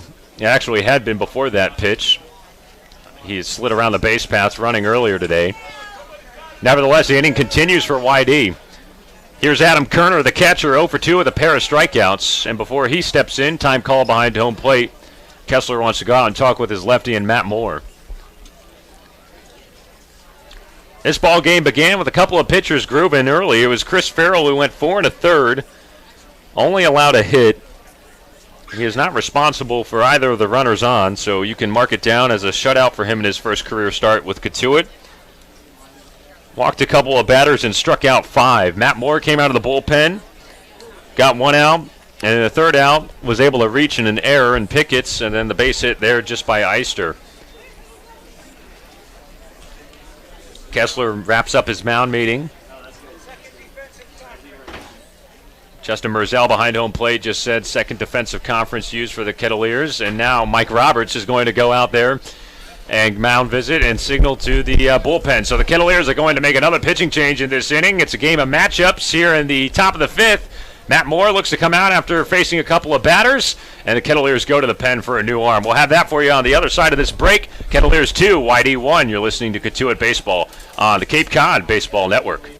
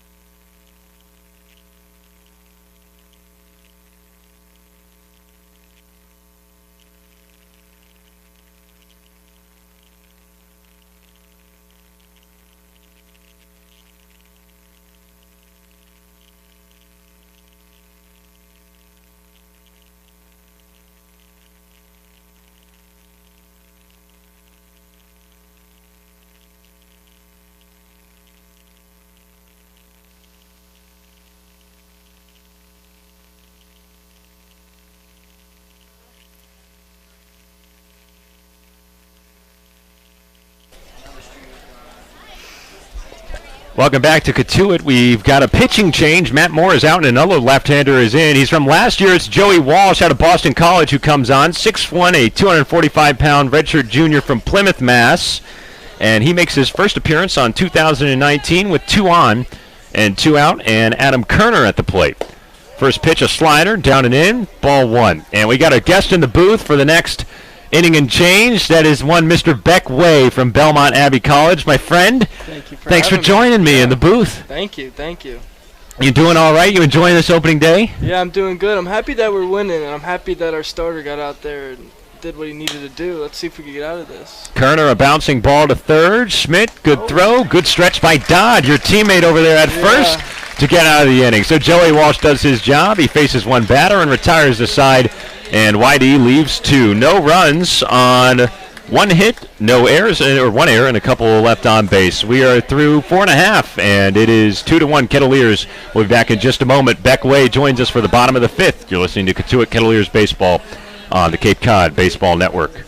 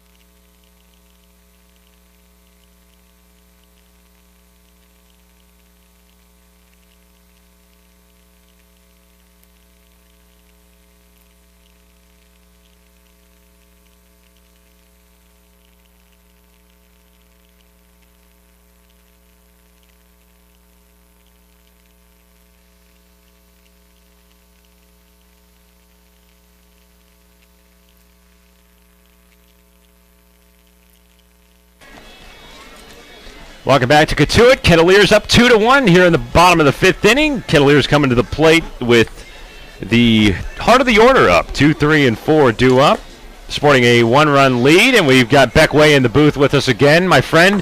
We were cut off a little bit by Joey Walsh coming out of the bullpen and getting the job done. But happy opening day to you, and thanks again for joining us. Yeah, thank you for having me. So how does it feel? You're from Mechanicsburg, PA, so not that far away, but you go to school at Belmont Abbey in D2, and you've got a great opportunity here on the Cape. How's it feel? Yeah, I wasn't really expecting this opportunity. It wasn't really till the end of my sophomore year where I thought, I did have a chance to play here. So to actually be here and to be a part of this and to be part of the Cape experience, it's really special. Arajanu steps up to the plate for the Kettleers here, number 2 batter in the lineup. He has some serious pop. Does he really? Yeah.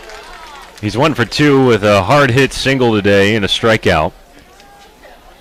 Community college transfer heading to Kentucky this upcoming spring. He takes a breaking pitch for strike 1. Chase Smith is on the mound for YD, by the way. Right-hander out of Pitt, 6'2", 180, a junior from Marietta, Georgia. He works out of the stretch. 0-1, down and away. 1 ball and 1 strike.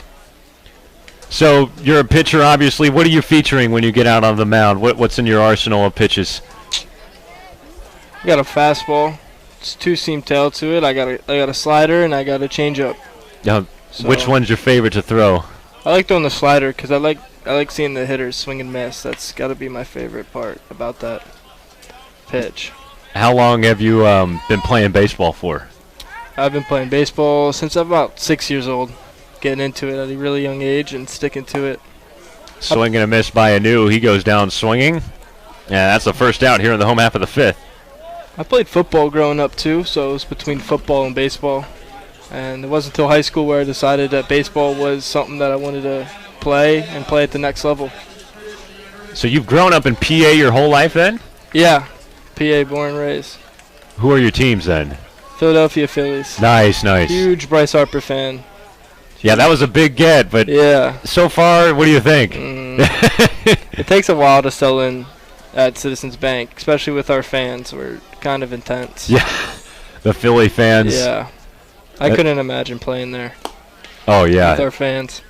They're crazy. Are you an Eagles fan?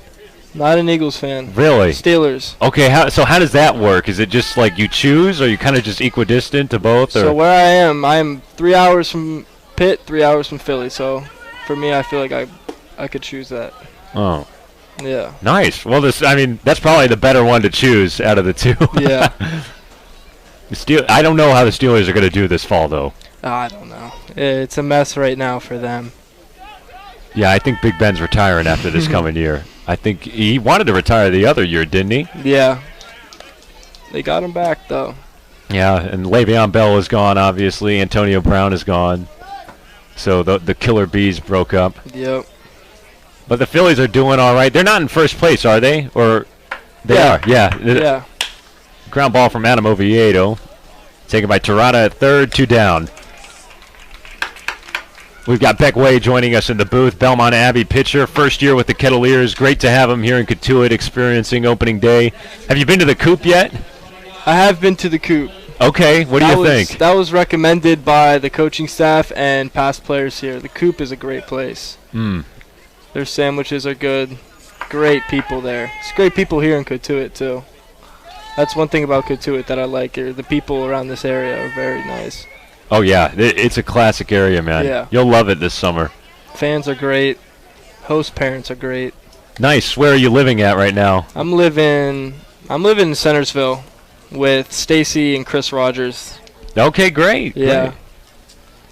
Well, host family shout out on the air, the Rogers family. Colton Kessler at the plate now. 1 ball and 1 strike. It's 2-1 Kettleers here in the bottom of the 5th. 2 out, nobody aboard. Beckway joining us in the booth. Pitcher for the Kettleers this season. So, if you had to put down maybe a goal for this summer, what would it be? What are you working towards? I want to win a championship here. I really do. And I think we have the guys. Like off of Saturday scrimmage is really what I'm basing off of in today's performance. I think we do have the guys. Pop up by Kessler. It's down the left field line, drifting out of play, and it's foul. And he stays alive with 2 strikes. So you really think that this team's grooving already? I think our arms, our starting arms and our bullpen arms have potential to take us really far. But, I mean, Cass, Schmidt, Dodd, I think those 3 power hitters. Our new guy from Kentucky, I think those 4 can really lead this offense. What do you know about Mason from playing with him? What can you say about Mason Dodd as a baseball player? I know Mason could compete. I know Mason, when it gets hard, it makes it seem easy for him, for sure. And for tougher pitching, he makes it seem easy. So I have not yet to see him with a wood bat in his hand, but in the high school or the college season, he was really well. He's done a good job today. Made a great defensive play over at first and then had that sacrifice. Never seen him at first base before. Really? Yeah. He was our second baseman. He's a good athlete, that's for sure. Yeah. And he stays loose, which helps his game a lot. Kessler swings and misses, and that'll end the inning. 3 up and 3 down for the Kettleers against Chase Smith out of the bullpen for Whitey. And that's the end of the 5th. Well, Beckway, my friend, thank you for joining us here in the booth. Thank Always you. fun to chat, and welcome to Cotuit. I hope you have a great summer. Thank you. All righty. We'll see you around soon. Do you think, would you ever want to come back again? I'm coming back next summer for All sure. right. I love it, my friend. Love it. We'll see you soon. That's you. Beckway, right-handed pitcher for the Kettleers. We have played 5, and it's 2-1 Cotuit. You're listening to Kettleers Baseball on the Cape Cod Baseball Network.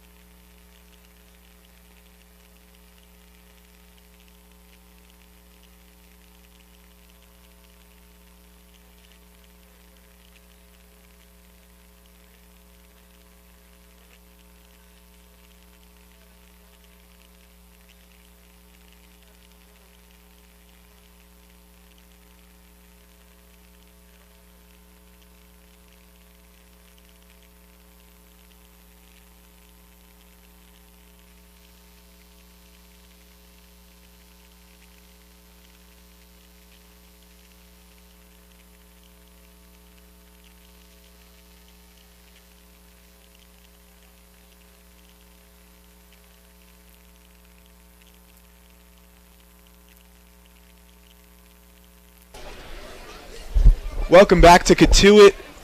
We have the first pitch to Jack Wold, who homered in his second at bat rather. An absolute bomb to right field. Got out of here in a hurry. Was about halfway up the trees out there, just past the 360 area in right field.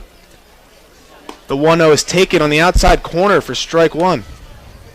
Even things up at 1-1. Cotuit's ahead 2-1 here in the top of the seventh.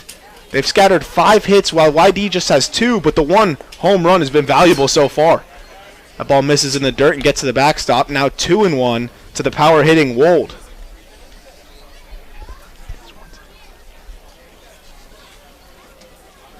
The 2-1 to the left-handed hitters. Absolutely launched foul. About 400 feet the wrong way. He'll look to try and straighten that out this time. Came off the bat about just as hard as that home run in the 5th inning.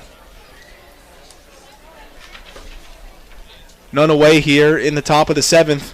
Wold awaits the 2-2. It's flied out to left field. Hill under it and makes the grab easily. 1 away. A good job by Joey Walsh. She faced one batter in the last half inning and was able to get the job done, but an easy job to get Jack Wold there to start off the 6th and make it happen. Getting the leadoff batter.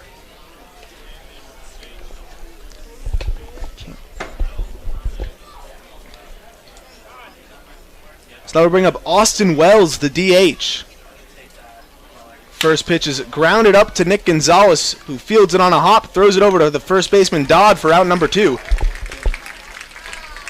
Nick's the 6th inning, rather. I've been going off the scoreboard. That's my mistake. So that'll bring up Wyatt Young, second baseman for YD.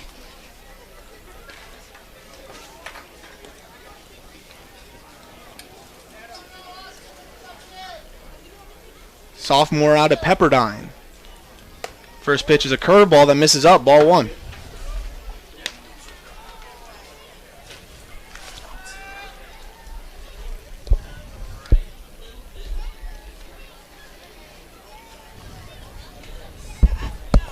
Pitch is grounded over to first base, just foul on the first base side. 1-1.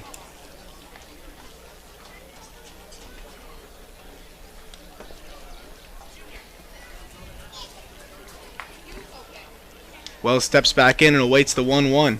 2 away here, top of the 6th. The 1-1 nips the outside corner for strike 2.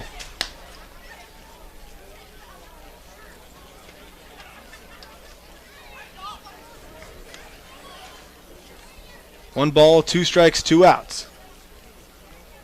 1-2 is a fastball on the outside corner. The home plate umpire actually flinched there, did Jeff Merzel.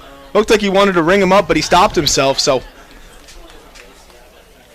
He's like that outside corner today. Yeah, he looked like he wanted to call it there, but held himself up. So now 2-2, 2 outs here. And it's swung through and missed for strike 3, and we'll go into the bottom of the 6th.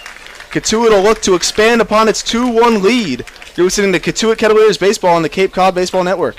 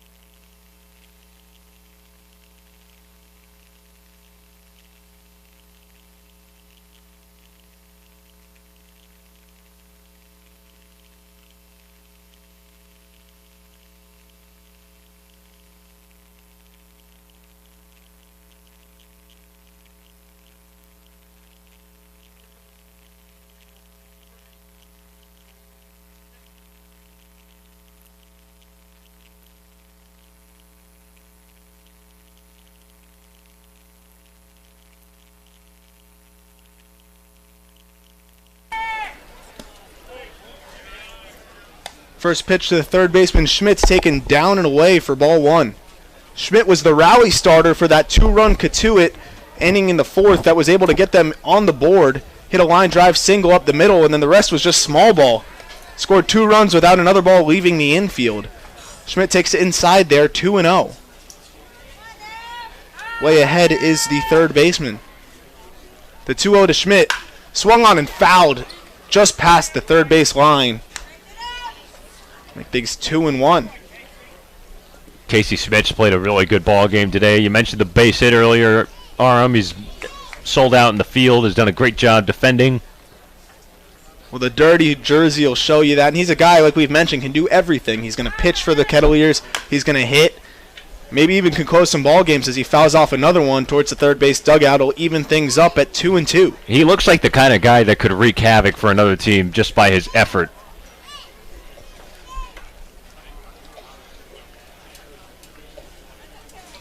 Schmidt gets back in and awaits the 2-2. That swung on and missed. Curveball up. That Schmidt swings right through for out number one.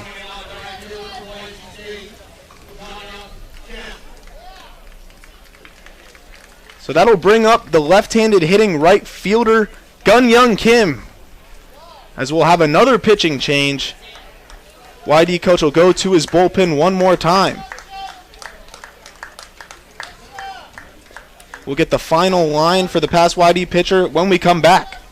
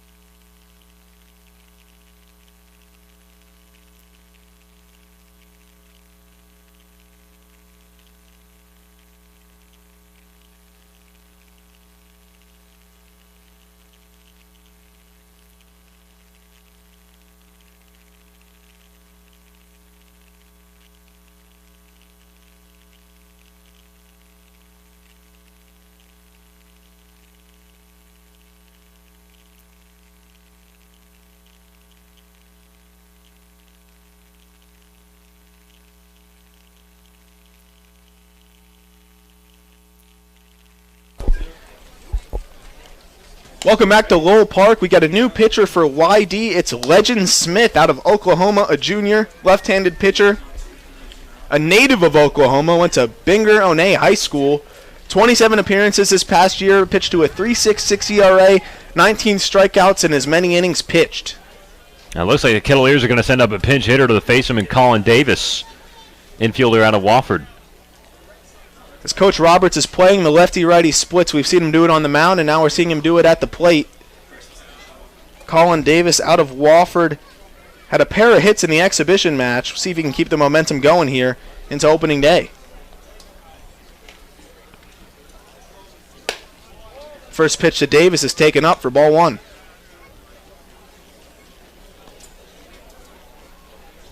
Davis, a junior out of Wofford. Hit .302 this past year, 7 home runs, drove in 41. The 1-0's taken down. Also swiped 11 bags. His father was a defensive back at the University of Alabama. Likely where the speed comes from for Colin Davis. The 2-0 to Davis. The fastball taken on the outside corner, strike one. 2-1, one out here in the bottom of the sixth. Cotuit ahead 2-1 on 5 hits Well, the lone run for YD's on a solo shot. The 2-1 is fouled out over down the right field line and out of the reach of the right fielder Jake Suddelson. It'll make things 2-2.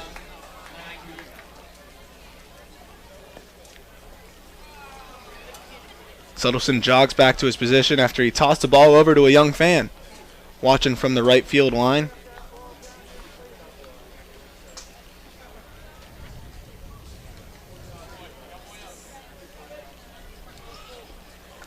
Legend Smith steps off, takes a few steps, gets right back on the rubber, and he's ready to deal the 2-2 to the pinch hitter, Colin Davis. He winds up, kicks and deals. Swung through and missed for strike 3 as the catcher tags him out. Does Kerner for out number 2. That'll bring up the Belmont Abbey product, Mason Dodd. As you heard his teammate just in the booth, Beck Way, also plays at Belmont Abbey, the Division II school. Dodd, likely one of the more powerful bats on this team, poked 15 homers this past season. First pitch is a 56-foot curveball that bounces into the chest of Adam Kerner for ball 1. Dodd, the important sacrifice bunt in his last at-bat, was able to move 2 runners into scoring position. The Kettleers were able to get both of those runners in, albeit in an unconventional way. The 1-0 is taken down for ball 2. Of course, we had the infield fielder's choice as the first baseman, Wold, dove and tagged first for the first out as a run came in. And then another run was balked in after Cam Williams was able to get the pitcher to stutter a little bit on the mound as that pitch is taken for a strike. 2-1. 2 gone here in the bottom of the 6th.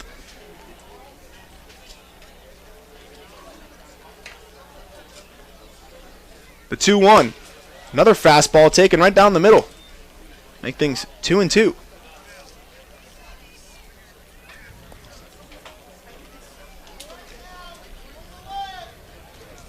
The 2-2 pitch is grounded out to the second baseman, Wyatt Young, who fields it on a hop, throws it over to the first on the run, and gets him. Nice play by Wyatt Young for the 3rd out of the inning, and we'll be back in the top of the 7th as YD tries to climb back in and tie this thing up. You're listening to Cotuit Kettleers Baseball on the Cape Cod Baseball Network.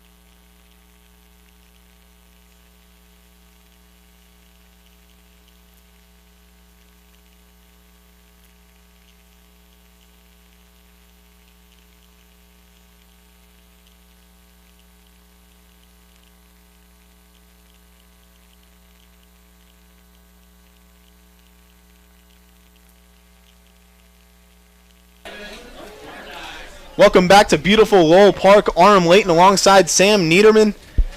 We have a new pitcher. It's Joey Walsh, left-handed pitcher out of Boston College. Made 29 appearances for Boston College, 5 starts. First pitch is a fastball taken up and out for ball 1. 5-6 record, 6.35 ERA, and 56 2/3 innings pitched. Struck out 49.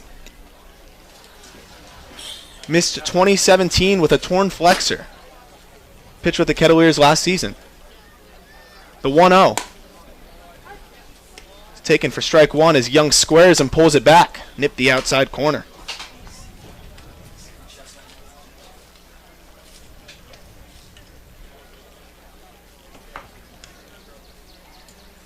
Walsh comes set and deals the 1-1. It's fouled over the third base dugout for strike two. Walsh way ahead to the left-handed hitting Young. Young's 0 for 2 on the day with a fielder's choice.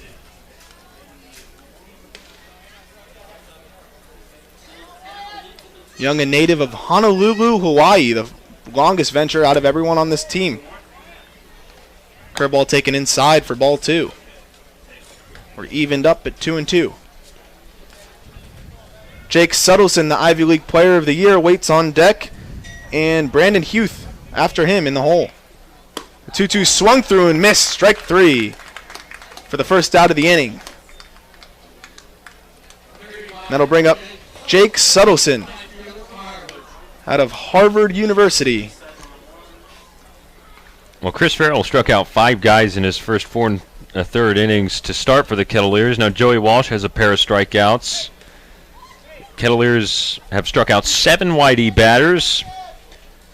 And Cotuit has struck out 8 different times themselves at the plate against YD pitching. That's a common theme that you see early on in the season, guys trying to pick up on these arms they haven't seen, arms that they don't have much of a scout for either. Keep that in mind. That's such a big part of the college baseball process. So not too much offense today, that's for sure. The second pitch is fouled off down the third base line. 0-2. Walsh way ahead.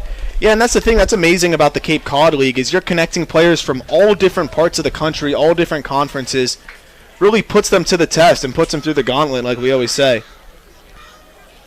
Walsh way ahead, 0-2 to Jake Suddelson, one of the few Ivy League players to come through the Cape Cod League.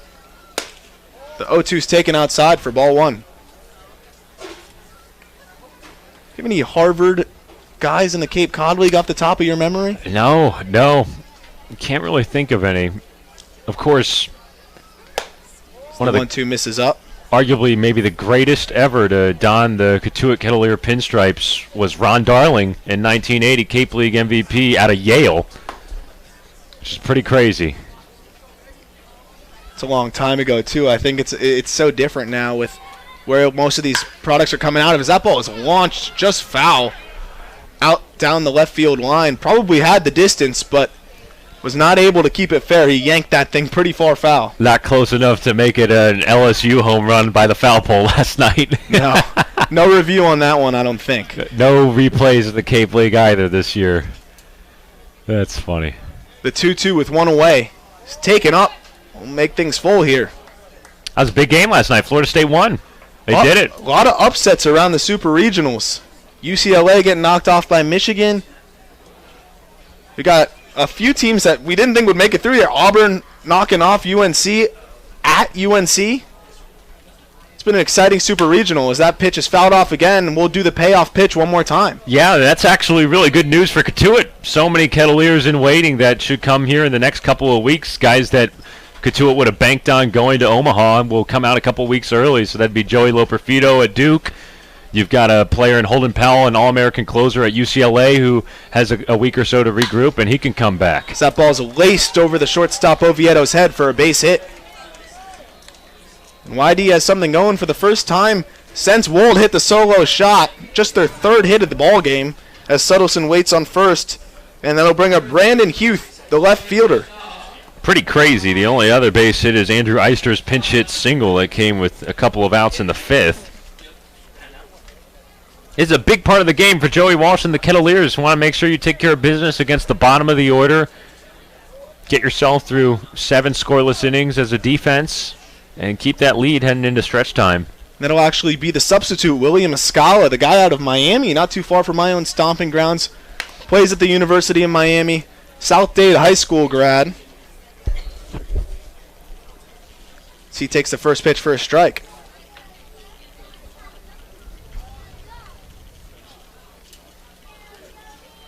The 0-1 to Escala, swung through in the dirt. A nice changeup from Walsh, and he's way ahead, 0-2. Scala played a lot more his freshman year, started all 53 games for Miami. That was a much more thin University of Miami team who had reinforcements this year, one of the best offenses in the country. Still made 15 starts this past season, hit .257. The 0-2 to Escala is taken up and out. As Kessler looks over, was looking to maybe throw him out. We know Kessler's an aggressive guy at the plate. He's aggressive behind the dish, too. Loves to throw runners out, rather. Yeah, I was thinking about the snap throw to first, but Dodd wasn't quite in position to catch. And they'll get on the same page as the season goes along. Of course, we're only in day one. As the 1-2 swung through. Second strikeout of the inning for Joey Walsh. 2-away here for the 9-hitter Will Picketts. Actually, it looks like they might be sending up a pinch hitter. They are, and that pinch hitter is going to be Jeffrey Costello. We're getting to the part of the game where we're getting a little bit of shuffling all over. It is early, like we mentioned, a lot of temp guys. Coaches want to see what they have. Want to see what they have at their disposal. A lot of guys are going to get opportunities. A lot of guys are going to get some pinch hit opportunities to hit.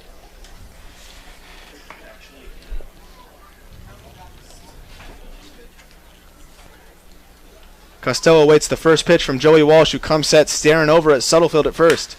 That's popped out into right center. That's back into right center. There gives chase, but it's going to fall off the wall. That'll bring home Suddelson. And Costello will dive into third base with a triple. Off the bat, did not look like it would carry that far. Kept going towards the wall, one-hop the wall, and Costello ties this thing up with a triple that scores Suddelson from first. So the pinch hitter, Jeffrey Costello, comes up big with 2 away here in the top of the 7th, able to tie this thing up, and that might be it for Joey Walsh. Yeah, it looks like it might be it. Mike Roberts is not messing around early. A lot of pitching change. He's trying to find the exact matchup that he wants, and he's going to go to the bullpen again and get another look at an arm in a big situation. We're now tied 2-2 with 2 outs in the 7th.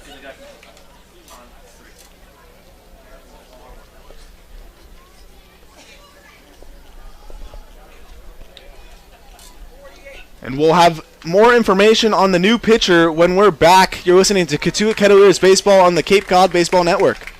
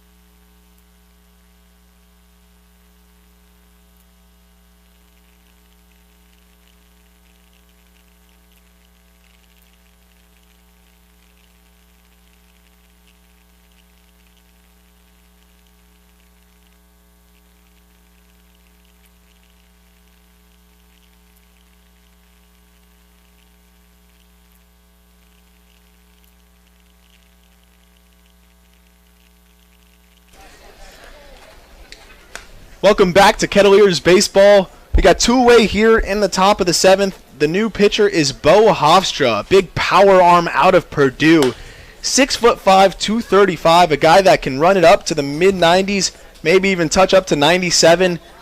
One of the exciting guys. There's several exciting big power arms in this Kettleers bullpen that we'll get to see throughout the year. Really excited to see what Hofstra can throw. Obviously a big strikeout situation here with a man on third. 24 appearances at Purdue for Hofstra, mostly in relief. Was kind of the closer for that team. 7 saves, a 1.68 ERA, 47 strikeouts in just 39 innings pitched. Walks can be a little bit of an issue. Walked 24 this past season. First pitch is a slider taken for a strike. This is a big matchup right here. Hofstra with his velocity looks so good on Saturday against Lexington.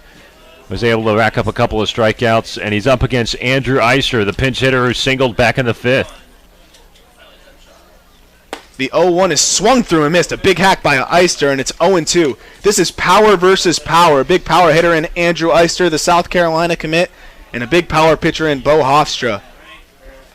0-2, 2 outs here in the bottom of the 7th. Bo Hofstra tries to keep this thing tied. In the top of the 7th, rather. Hofstra comes set, kicks and deals the 0-2. Fouled straight back, and we'll do 0-2 one more time. 94 on the gun from Hofstra.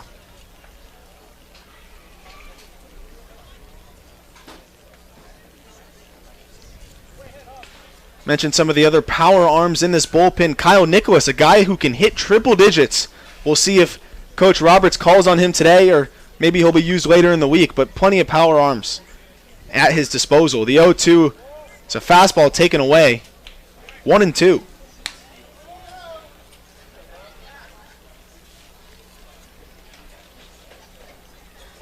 Just a total of 9 hits between the two teams so far today. While the starters didn't go too deep on each side, still a pitcher's duel, a Johnny Holstaff pitcher's duel. Not your traditional type. The 1-2, another fastball taken away. It'll even things up at 2-2. 2 balls, 2 strikes, 2 outs here in the top of the 7th.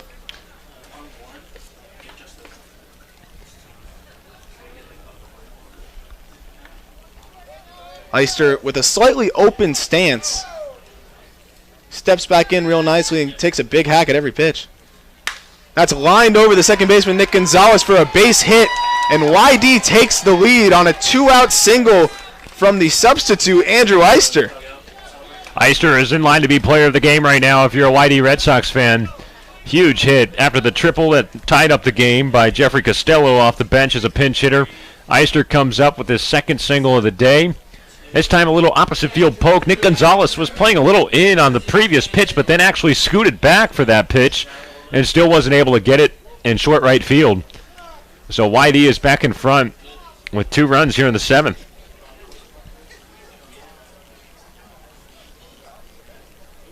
That'll bring up Austin Kerner. First pitch is taken in the dirt for ball 1.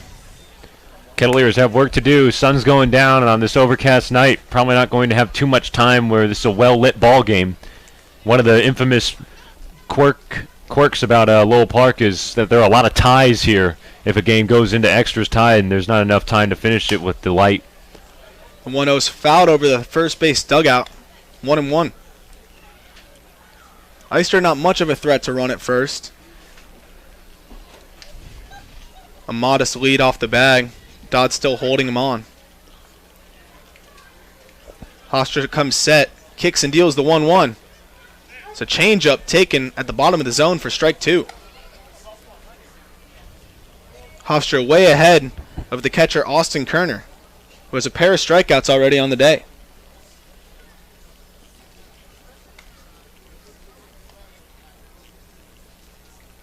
Hofstra kicks and deals the 2-strike pitch. The runner on the move. Throw is just past him into center field as Dante Williams scoops it up. Might have caught him off guard there. It was a modest lead. Got a good jump off of Hofstra, who was not really checking him very much. Yeah, Kessler threw behind the runner there, just misfired on his target. Good job by the middle infielders to back it up, though. Keep everything in front. So now YD will have another runner in scoring position here with 2 outs. We'll see if they can cash in on another 2-out runner in scoring position opportunity. As Hofstra steps off and regroups.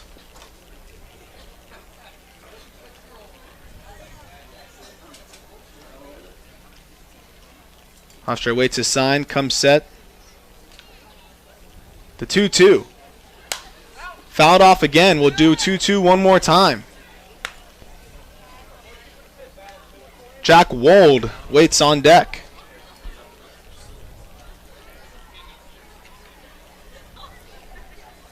That would be another power versus power matchup. Got the open base at first, but I don't think Bo Hofstra is interested in putting on Kerner, who struck out twice already today. The 2-2 is popped up into right center field. Colin Davis gives chase. camps under it and makes the grab for out number 3, but not before YD takes the lead. 3-2 here as we go into the bottom of the 7th.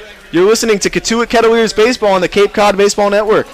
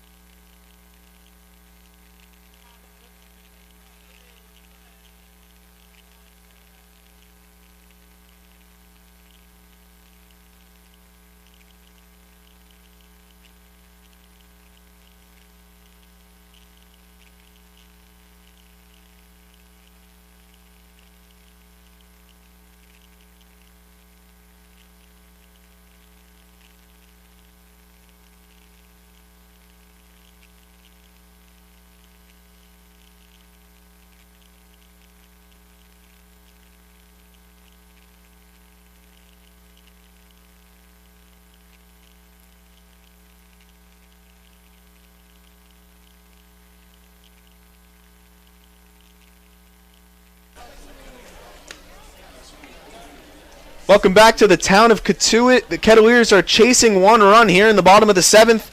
It'll be Colin Davis, Mason Dodd, then Cam Hill. Legend Smith still on the mound, the left-handed pitcher out of Oklahoma.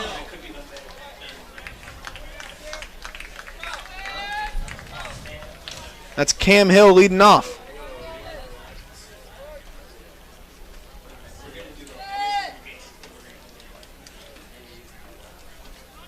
The first pitch to Cam Hill as he squares, pulls back, and it goes to the backstop for ball 1.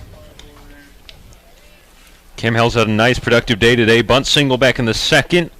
RBI ground out to first back in the 4th that scored the first Kettleer run of the day. The 1-0 to Hill. It's grounded foul on the first base line. Is a nice play by the Kettleers first base coach. That's Dan Huff over there. An entire new staff of assistants for Mike Roberts in his 16th season. Dan Huff being one of those. He coaches up first, and Coach Roberts holds down the fort at 3rd. Ball's taken. 2-1 to Cam Hill. Also got Josh Spence, the Australian pitching coach, former major leaguer with the Padres, and Ken Jarrett. The 2-1's fouled straight back, make things 2-2. Splash zone, almost hit a car, parking lot. Yeah, I have a feeling cars aren't going to be safe there all season long. No, although I think we're good in the gravel. Hopefully I didn't jinx it. Yeah, we're safe over there. The 2-2, taken up and in, it'll make things full. Cam Hill got on base a lot in the scrimmage. He got plunked. He got a hit. I think he also worked a walk in there somewhere too. Did a little bit of it all as he chokes up here for the payoff pitch. 3-2's taken up and in for ball 4. Kettleers are in business here with a runner on first. Nobody out for the 9-hitter Dante Williams. Just had a feeling that he was going to work a walk there. He was very patient. Legend Smith was a guy in this past spring with the Sooners that wasn't the most controlled of a pitcher. Walked a lot of batters. I think Cam Hill recognized that, stepping up to the plate, and he works a leadoff walk. Kettleers down 3-2 in the bottom of the 7th. Knowing Coach Roberts, good chance Dante Williams could be bunting here with the dangerous Nick Gonzalez looming on deck. Third baseman plays way in, continues to creep in as Dante Williams squares, pulls it back, but it's a called strike 1. Terada playing about 75 feet down the line at third base, 10 feet in from the edge of the grass, fully expecting the Dante Williams bunt. Cam Hill pretty fast on first base. It won't take a perfect bunt to get him over. Just got to get it somewhere in the range of the infield. He squares and gets it down the first base line. A nice bunt. Smith bobs it. He's not going to make the play. He throws it over to second to try to get behind Hill, but he won't get there in time. So First and second, nobody out on the error by Legend Smith. Well, the small ball comes up to haunt Whitey again, and good execution by the Kettleers again. Dante Williams can fly, and he was busting his tail to get up the first base line, but he didn't have to worry about it. Smith wasn't able to field his position. And that's a perfect example of when a guy is busting it down the line. Sometimes you create some panic in the infield, and it looked like Smith knew Dante Williams was a burner. Tried to rush the throw when he probably didn't need to. Couldn't pick the ball up, ended up bobbling it. The rest was history. So now first and second, nobody out with the dangerous Nick Gonzalez, the reigning Division I batting champion. Can't get a much more desired situation for the Kettleers. As Gonzalez squares and puts it down, and that'll get the job done. Second and third with one out now. So the Golden Spikes Award finalist, 17 home runs, pretty much every accolade you can imagine. Coach Roberts doesn't care. He's having him square anyway. So now second and third, one away. That is crazy, but he can fly too. He almost legged out that bunt. Coach Roberts really committing, just doubling down on the small ball today. That's now 2 sacrifice bunts, 2 bunt hits, 1 infield hit on a slash play. He's been playing to his personnel. He's got speed, and Nick Gonzalez humble enough to make the team the priority there and sacrifice the runners in scoring position with just 1 out and his team down 3-2. And that'll bring up Cam Williams, a pinch hitter. He's a Tampa, Florida native and a University of Texas commit, as we'll have another pitching change. Cam Williams will pinch hit for Araj Anu. It's a switch hitting shortstop. His father played in the big leagues himself, Reggie Williams. Had a nice little career. He had 3 other brothers drafted as well, 3 older brothers, all drafted in the 10th round. We'll take a quick break here during the mound visit, and we wait for the next pitcher. You're listening to Cotuit Kettleers Baseball on the Cape Cod Baseball Network.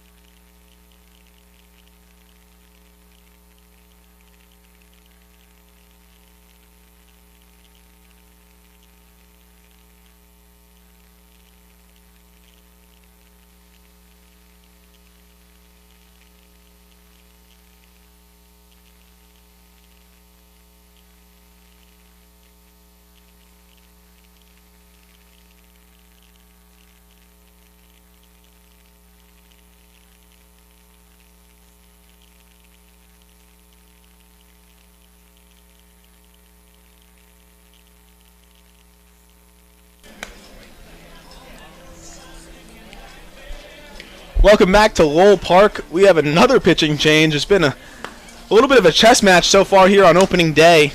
The new pitcher will be Brandon Default out of Northeastern and Wyndham High School in New Hampshire. One of the few New Hampshire guys we've seen so far.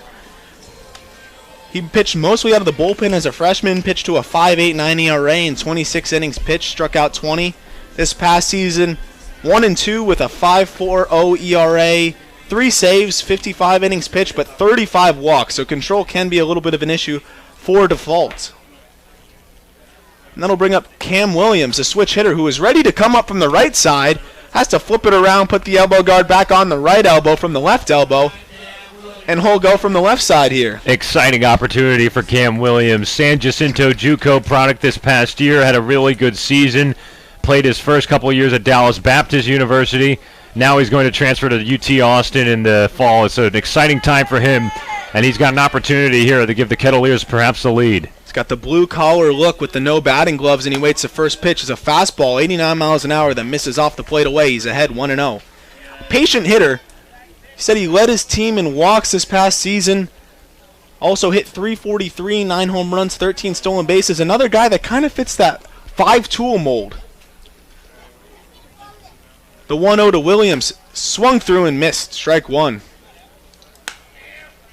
Was a two-seamer that seemed to dive off the outside corner. Tough pitch to hit. 1-1 to the switch hitter Williams. And on second and third, one away here, as the Kettleers are looking to tie it up, down one. He squares to bunt and gets it down, but just foul.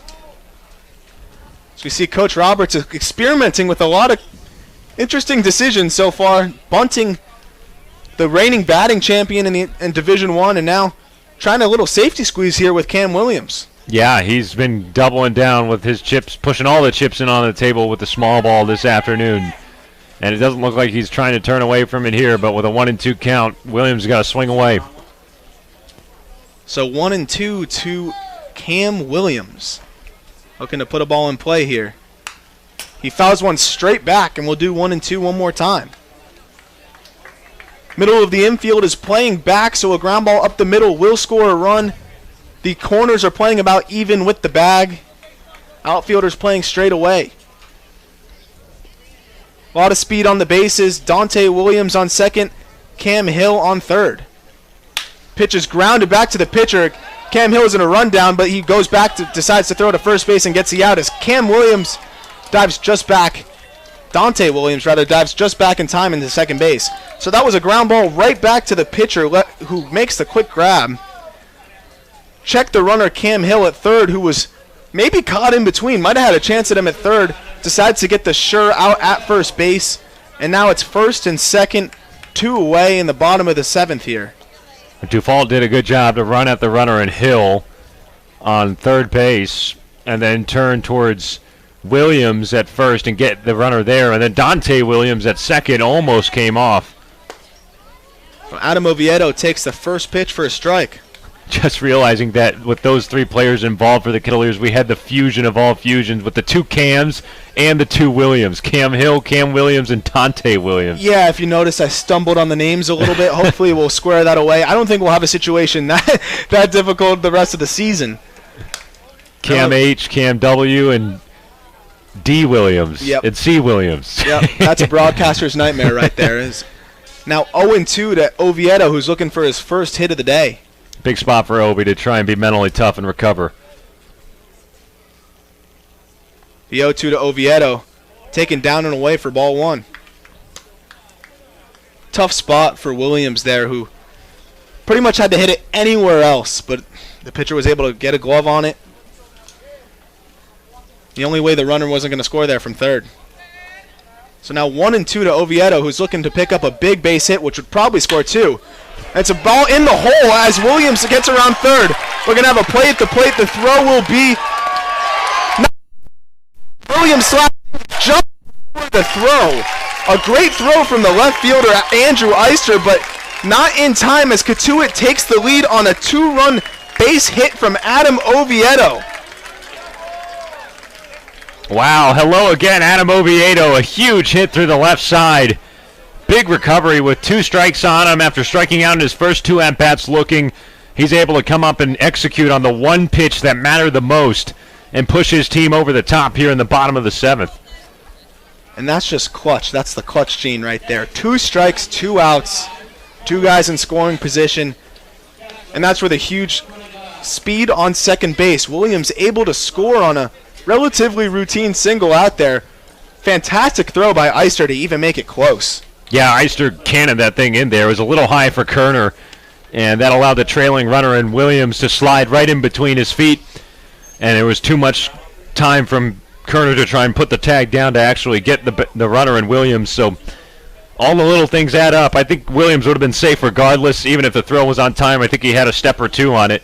But a great job by Adam Oviedo to come up there and make a play. Knows his way around the block here in Cotuit and comes up with what could potentially be the game-winning hit here on opening day.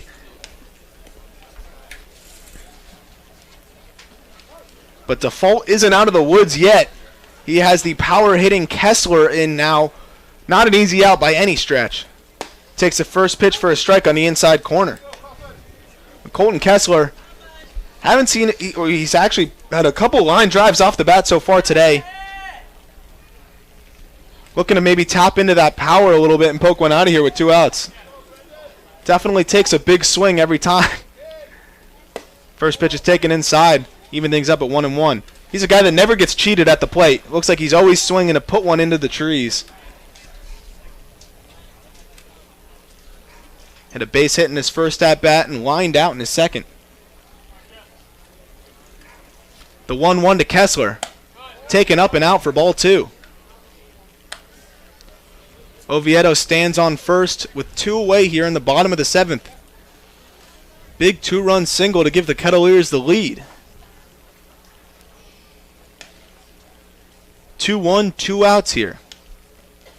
Kessler awaits the 2-1 pitch. Taken inside, way ahead now, 3-1 to the power-hitting Kessler.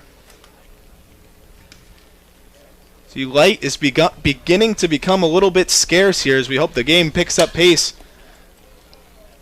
Bottom of the 7th, 2 outs, so a couple more innings to go. Hopefully can get this one in. The 3-1 to the catcher. Swung through and missed, 3-2. Yeah, he took a big rip at that one. Might have been ball 4, but he took his big rip, wasn't cheated. Now make things full here. Oviedo will be on the move from first. See if Default challenges Kessler one more time with a fastball. The payoff pitch. Taken down and away for ball 4. So the Kettleers aren't done here in the bottom of the 7th. First and second now, 2 away. That'll bring up Casey Schmidt.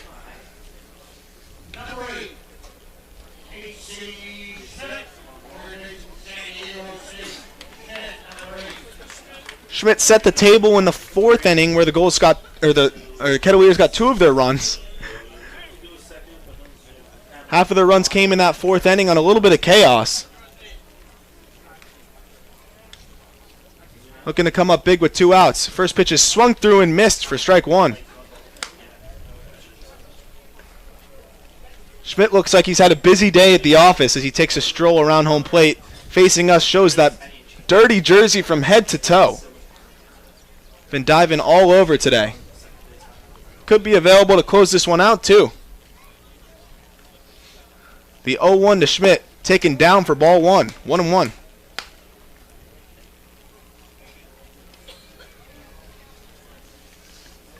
Kettleers would love to get one more run, squeeze out as much as they can on this little 2-out rally. Oviedo's 2-run single, the difference in a 4-3 Kettleer lead. Can never have too many insurance runs as that's lifted out to center field. Back is Escala who camps under it. Takes a few more steps back and makes the grab. So the Kettleers will take the lead here on a 2-out, 2-strike, 2-run single to give the Kettleers a 4-3 lead in the bottom of the 7th. We'll go into the top of the 8th as my partner Sam Niederman will have the play-by-play call and take you guys home. You're listening to Cotuit Kettleers Baseball on the Cape Cod Baseball Network.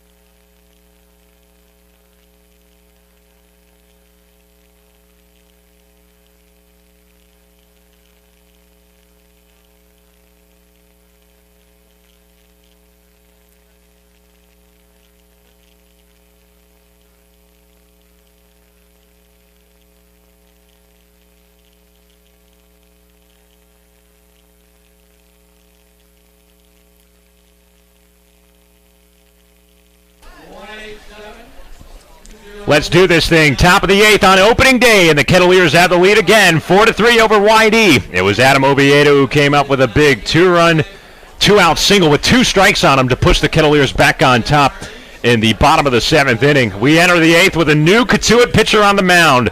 It is the 5th pitcher used for the Kettleers today. Kyle Nicholas, a right-hander out of Ball State University in Muncie, Indiana. 6'3", 205 pounds of redshirt sophomore from Northeast Ohio. This kid was stellar in the scrimmage against Lexington. He was pumping heat, upper to mid-90s, and he struck out the sidearm. He's the guy that can hit triple digits. He's the exciting, probably the most exciting arm on the staff. The big question with him, with most power arms in college, is the control, right? So we'll see how he can control that fastball, see if he can locate the off-speed, because if he can, this guy could be downright unhittable. He had a fantastic season at Ball State, 23 appearances. He started 5 times, 2-2 with a 5.40 earned run average, and he came in for 6 saves across 51 2/3 innings pitched, holding opponents to that 184 clip. He's up against the heart of the YD order here. Jack Wold, Riley Terada, and Austin Wells. 3, 4, and 5 due up. Cloudy night. We're losing a little daylight here in Cotuit. 7:37 Eastern Time, over 2.5 hours into this game number 1 on the 2019 season. Kettleers 4, YD 3, top 8, and Nicholas winds up on the mound and pushes a fastball in at 96 miles an hour. It's lifted into the air to right. Davis under it. He's got it. 1 down.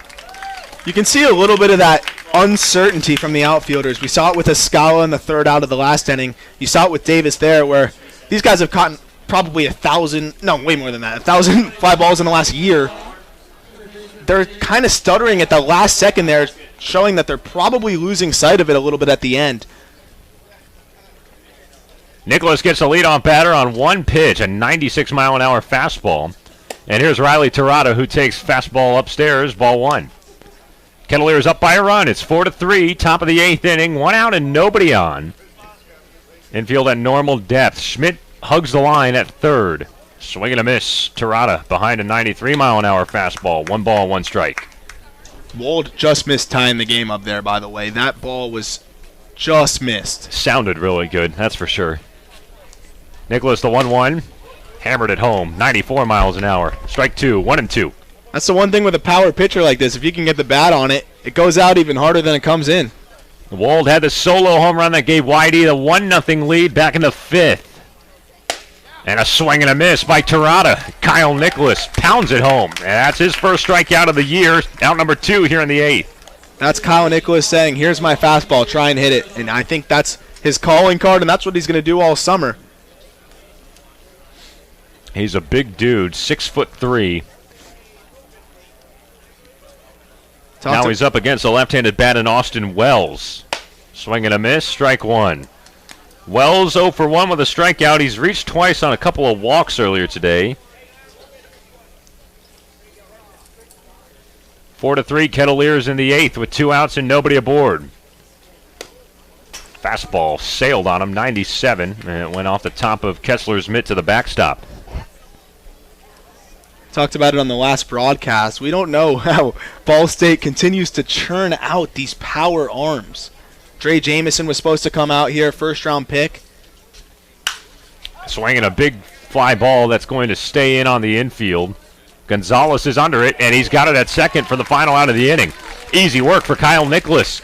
He retires YD 1-2-3 here in the top of the 8th, and we're on to the bottom half of the inning. Cotuit leads 4-3 on opening day here at Lowell Park. You're listening to Cotuit Kettleers Baseball on the Cape Cod Baseball Network.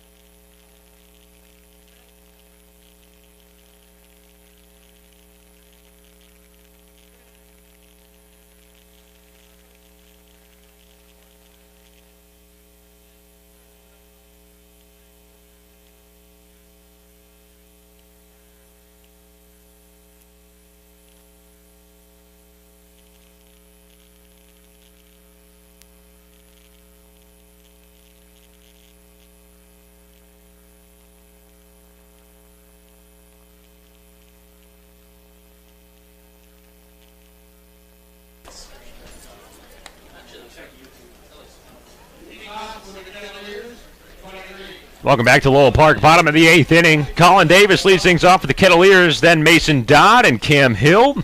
6, 7, and 8 due up for Cotuit, leading 4-3 over YD. Bottom 8. And a right-hander still on the mound for YD. Kettleers found a way to get 2 on the board with 2 outs in the 7th, and that's the difference. Davis slices one off foul. He's down the count, 0-1. Davis 0 for 1 with a strikeout as a pinch hitter back in the 6th.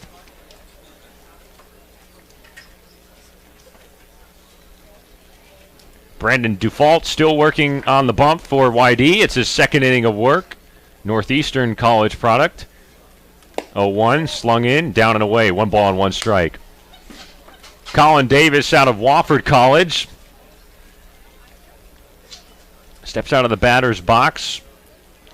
He does his white batting gloves and digs back in. 1-1 to him. Fended off foul on the right side. 1 ball and 2 strikes. Native of Roswell, Georgia. Just outside of Atlanta.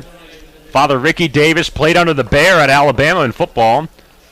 4-time SEC champ, 1973 national champ. Went on to play under Paul Brown with the Cincinnati Bengals in the NFL. And then earned a law degree from the Red, White, and Blue of Samford U. There's a base hit in the left. Colin Davis could be extra bases. Bounces down near Hueth. Davis chugging into second, and he slides in head first with a leadoff double here in the 8th. Colin Davis on cue, his 2nd at-bat as the Kettleers an extra base hit, and he sets things up nicely for a pinch hitter due up in Ron Sweeney. It's a fastball. Default left up in the zone. Davis was able to get all over that and mash it down the line. And you get to see him show off the speed a little bit, easily getting into second. The head first slide looked like it was just for fun. Now a pinch hitter, normally Mason Dodd, who wraps up the day 0 for 2 with a sacrifice. Ron Sweeney, who bats from the left side and shows bunt, pulls it back. Fastball high and away for ball 1. Davis on second with a leadoff double. Nobody out in the bottom of the 8th. Kettleers hold a 1-run edge, up 4-3 at home on opening day. Sweeney set to go to Minnesota in the fall, an Iowa Western Community College product.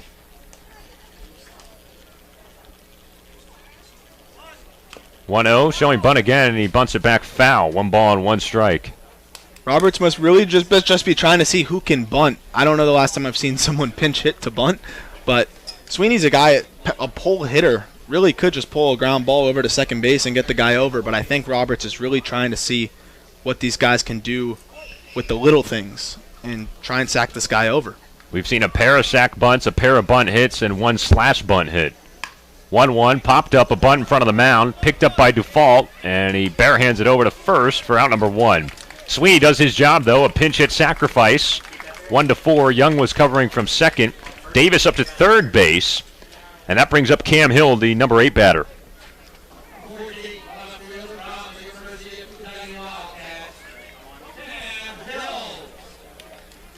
Kettleers 4, YD 3. Opening day. Davis at third with 1 out. Cam Hill back to the plate. 1 for 2 with a bunt single, an RBI ground out, a walk and a run scored. Infield plays in for YD.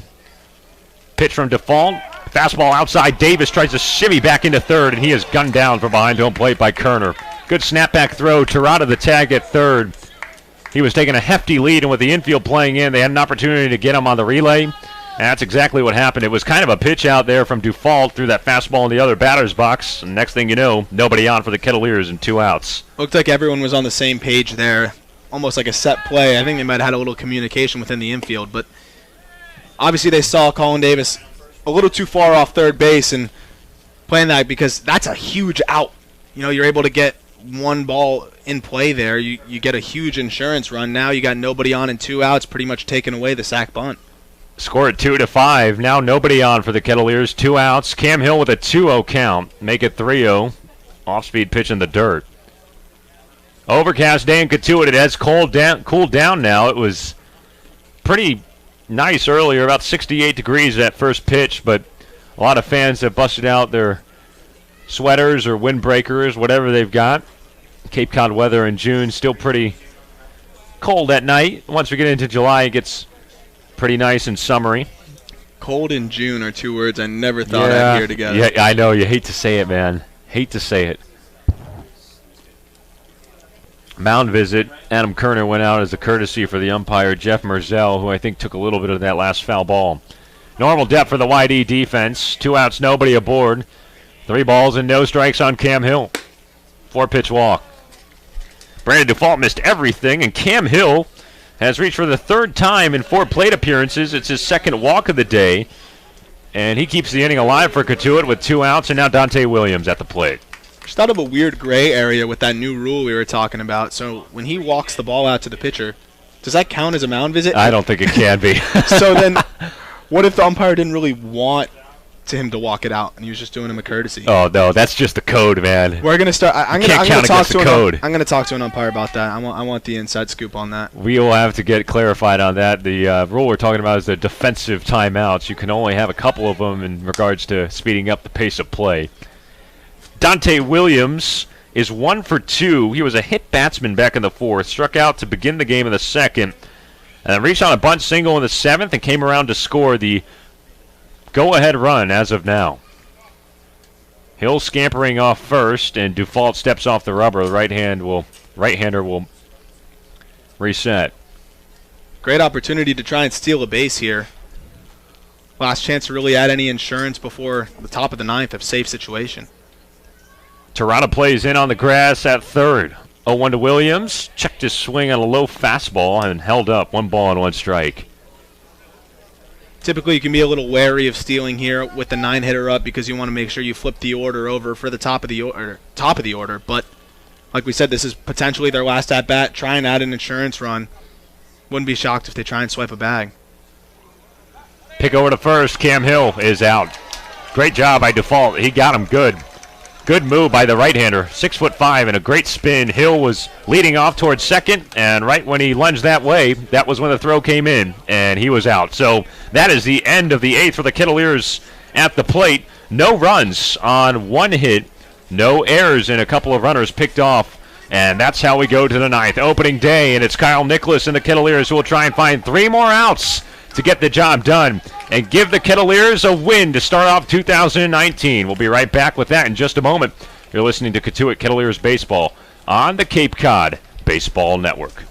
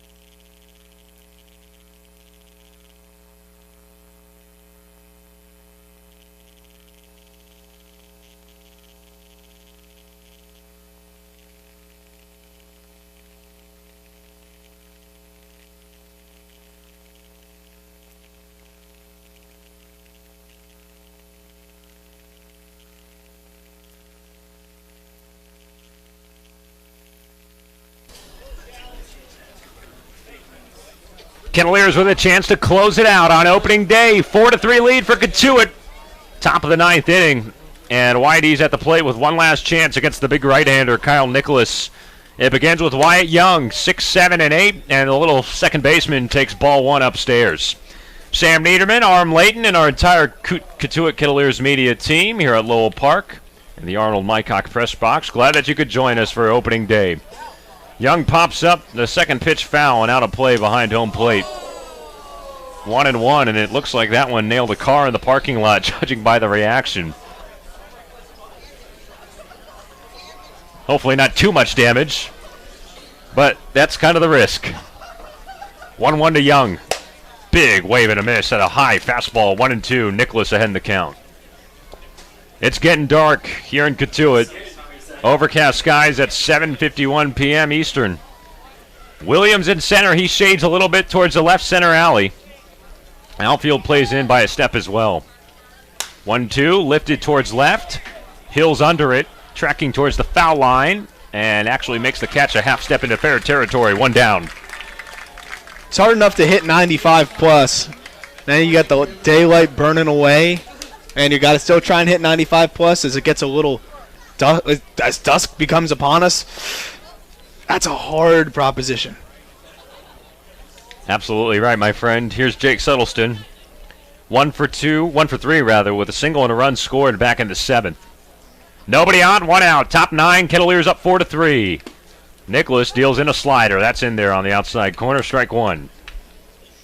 Something we want to keep seeing him do there. If he can locate that off speed early in the count, he'll be unhittable. 0-1, cut and a miss. Comes back with 96 miles an hour of gas. No balls and 2 strikes on Suddelson. Right fielder from Harvard, matched up against the big right-hander from Ball State.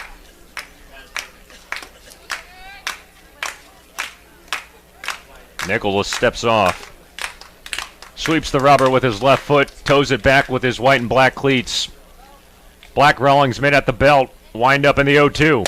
Got him swinging, nice heat. 92, no chance for Suddelson, 2 down.